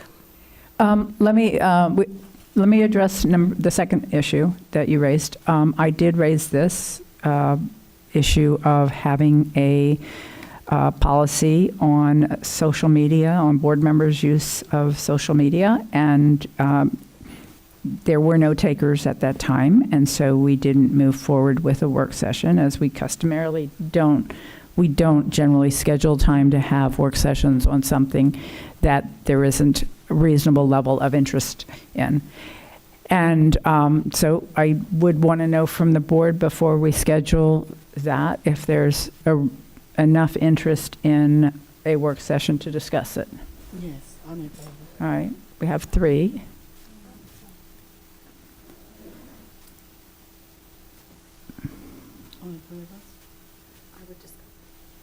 Okay, we have 4 that would discuss it, and that's a quorum for today. So we'll schedule time to discuss that. And then the third issue, on social media. I brought the same issue up, not in terms of a lawsuit, but what is being asked, or not asked, dictated in terms of education. I do think that the whole board is, when you say the board should, something along the lines of educating the board about what is in the curriculum, I'm pretty sure the board, you don't think the board knows what's in the curriculum? Okay, well, we have that comment. I'm pretty sure the board knows what's in the curriculum, and I agree with you, it's incredibly offensive. The question is, we would have a discussion first, because I think it comes down to, back to the issue of standing. So, and I think that's probably, it's 9:30 at night. I think we should start fresh and have that conversation. So we're going to have a work session on this? A discussion. I don't know that it rises to the same extent. A work session, generally, the staff is going to lay out pros and cons of things. But I think we should discuss it, definitely. It needs to be soon because the school year is starting. Yes. So is the board asking us to add this as an agenda item for next board meeting? Yes, I am. The first issue, no. No. The second I'm issue. sorry. We're going This to issue? schedule policy discussion for, we're going to calendar JRA coming back, and then you've also asked for us to bring back to discuss policy on social media. I have those two. The issue of whether we're going to sue the state over the curriculum, is that what? That's what I'm asking. Yeah. Is that an agenda Well, first item of that you all, would like? I need to take the pulse of the board on whether we need to have, only because we know the answer, but Member Salamanca? I would be supportive of discussing the curriculum and parts of what the standards came down. I am less supportive of going in depth about a lawsuit. I do not personally think we have any standing to do something like that. I'm obviously against it, but I think it is worth a discussion on the curriculum content itself for this board to have, but I do have legal questions of whether we have any standing. Anybody else want to weigh in? Member Ferrant? Yeah, I think I agree. I don't mind discussing it. I think it would be awesome to go through. There's 216 pages, which I've been combing through. Many of the things are amazing. I think it's incredible to learn more about the African American history and not just slavery, because I think they need to learn about slavery. And just, I see somebody in the back shaking their head, but just recognize the African American inventors and explorers and who they were. That's for kindergartners. I think that's amazing. Identifying African American artists in first grade. So I do think that discussing it, having a discussion would be amazing. And seeing if there are areas that we want clarification from the state, because I think none of us want to teach our students that slavery was a benefit or something like that. I do think that we need to discuss this, but as we just talked about, we need to be frugal, and I think it would be an incredible waste of money to sue the state. I think having a discussion and a conversation with people would be the first thing, not just to jump to suing. So I would be in favor of discussion. Member Felder? Oh, wait. I'm sorry. I'm sorry. Where are you? Well, I thought we were going to, I didn't queue in because I thought we were going in line. Oh, I'm sorry. Well, that would make sense that we would do that. That would make so much sense. Yeah, I'm sorry. Yes, go ahead. It's late, it's fine. Late. Now, I would absolutely be in favor of discussing it. I have received emails with people who are very concerned with several of the standards that Member Dr. Castor-Dental just mentioned. So I do think that they're worth discussing. We need to discuss them. It would be great to have guidance from the DOE. I agree with Member Salamanca about standing. I'm not certain that we have standing. And John can clarify, but in the history of lawsuits, it's never, we've never won. It's never gotten us anywhere. And what it did do is it put really undue burden on our administrative staff in the form of different, it really created a lot more work for our staff, and not just the legal staff, but our other staff. And we've got a lot to focus on. We've got a lot of challenges that we've got to tackle. This is absolutely one of them, but I just want to be strategic and smart about how we do it. Member Felder? Thank you. I am indeed in favor of us having a deep, in-depth discussion. School starts, on the 10th. There are teachers over the summer, many of them probably in April and May begin to decide on their curriculum as it relates to history, or African-American history, or African-American literature. And we need to have this discussion early enough so they can be clear, because we don't want them fearful about what they're teaching or going under some fierce kind of punishment. But obviously, I know that curriculum, the way it is, the standard is now, it's a lie. You know how I know? Because I lived it. I grew up in segregation. I know exactly what it was like to drink out a colored fountain. I used to get in trouble because the water was always hot and it tasted like metal or something. Yeah, my mom would tell me, and I said, but the water is not cold. I know, I remember going in the back of doors and knocking at Dr. Griffin's office on Orange Avenue because he was my doctor, and I had to go to the back so he could keep his white patients, but he was a great doctor in Orlando. I remember the nurse coming out saying, we'll be with you in a minute, Ms. Feldman, and I remember all of that. That was not a lie. That's not nothing created. I lived that. I remember my mom telling me, don't let Pine Hills catch you there after 6 o'clock. And the very first time I ever rode through downtown Ocoee, not the new Ocoee, the downtown Ocoee was about 3 years ago. And I remember seeing the tree where they hung black people. I remember that. I'm 66 years old. No, I wasn't along with Rosa Parks. I heard of Martin Luther King. My mom and dad cried when he was murdered. But I do remember the stench of segregation and Jim Crow law. That happened. That's not a lie. It happened. So I think as a board, we're going to do what we can to support our teachers and speak truth to power. That's why people teach. Whatever it is they're teaching, they teach truth to power. So I'm in favor of us really having time to deliberate over this. You could not tell any of my Jewish friends that the Holocaust did not happen, even though people are trying to say it. But I have people coming into my classroom who lived through the Holocaust. I have a friend who refuses to wear anything with stripes because she remembers having striped pajamas on when she was 5. So this stuff happened, and it's history.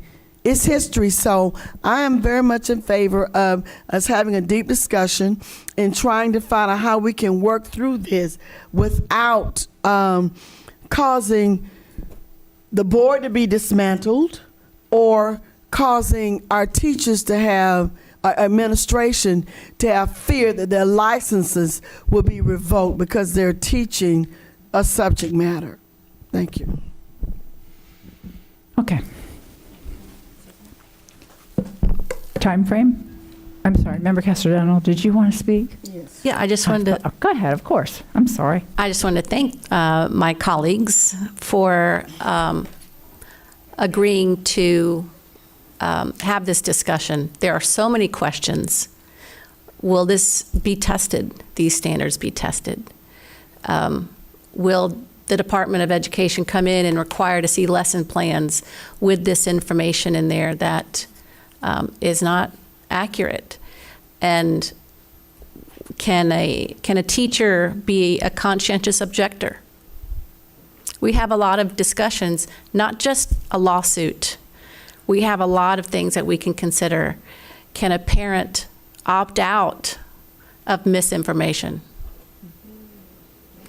There are a lot of other things that we could be looking at. We need to be strategic, creative, and we can't just let this direction continue. We have to do something as a board to support our students and our community and our teachers.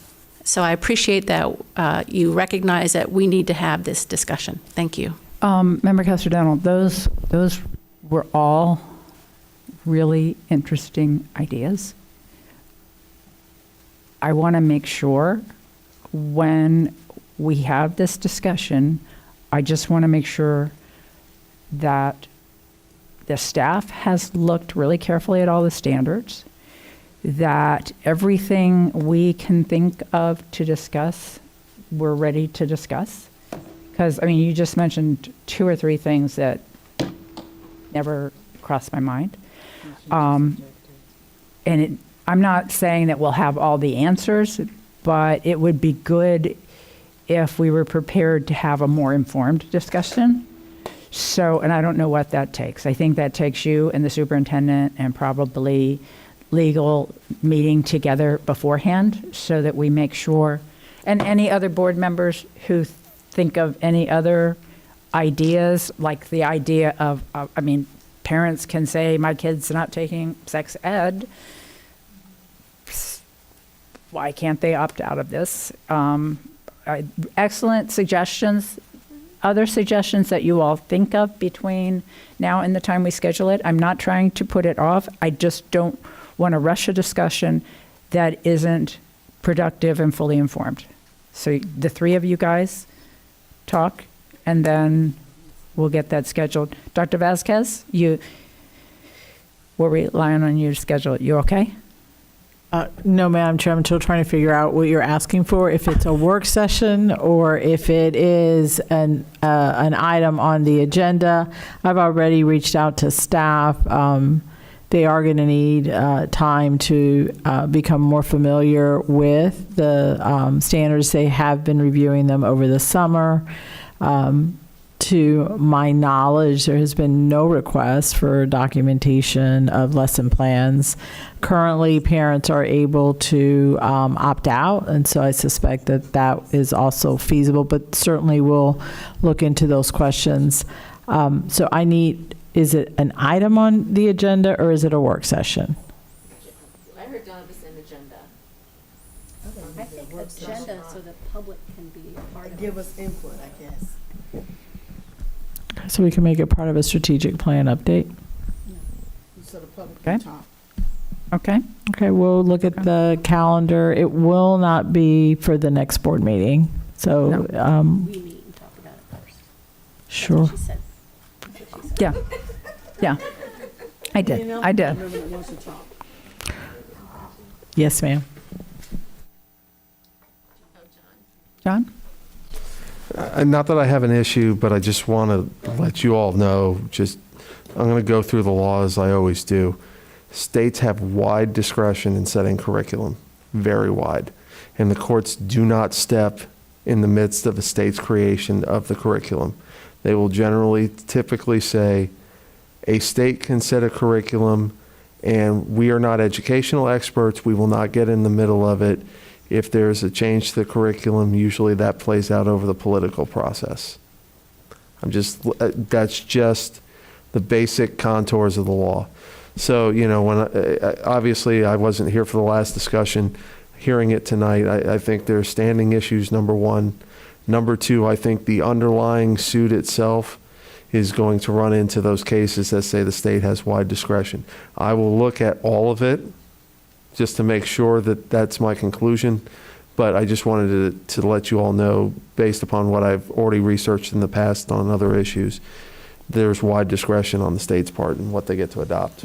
But I think part of the discussion is around, are there other options that don't involve a lawsuit that give parents or give our teachers the flexibility to opt out? Those kinds of ideas, are there things that we haven't thought of that might be available to us? And that's where I don't want us all coming in here unprepared and everybody's got ideas and nobody's researched them and we're wasting everybody's time. Okay? So, okay. It'll be researched before we get here. All right. Anything else? All right. All right. That's enough for today. Again, for you all who stayed. Member Salamanca, go ahead. I'll make it super quick, but I'm really, really excited about the meal plan for our students. I was on free and reduced lunch all 12 years of my education, and my parents don't speak English, don't read it, don't write it, and I was kind of, back in the day, those forms did not always come home in Spanish and English, and they're asking income, W-2 information. I was the one filling those out when I was an elementary kid, when they didn't come home in Spanish. And there were many times when it was just like a very emotional journey to have my parents fill out their income and kind of it was just tough. And so I'm very happy about this. There was years where I chose to not take the forms home to my mom and dad and just not eat lunch because it was really uncomfortable to have those conversations and the English conversation and all of that. So I'm very happy that there's a generation of students that are not going to have to go through that, and it's actually monumental. So I'm very happy with that. Yeah, thank you. Thank you. Dr. Vasquez, good job to you and your team for making that happen. To you all who stayed with us from the beginning to end, thank you very much for being here. We did value your input all the way from the beginning to the end, and next time you have time, see you back here. Good night. God bless. And have a good year. Did you close us out? Meeting adjourned.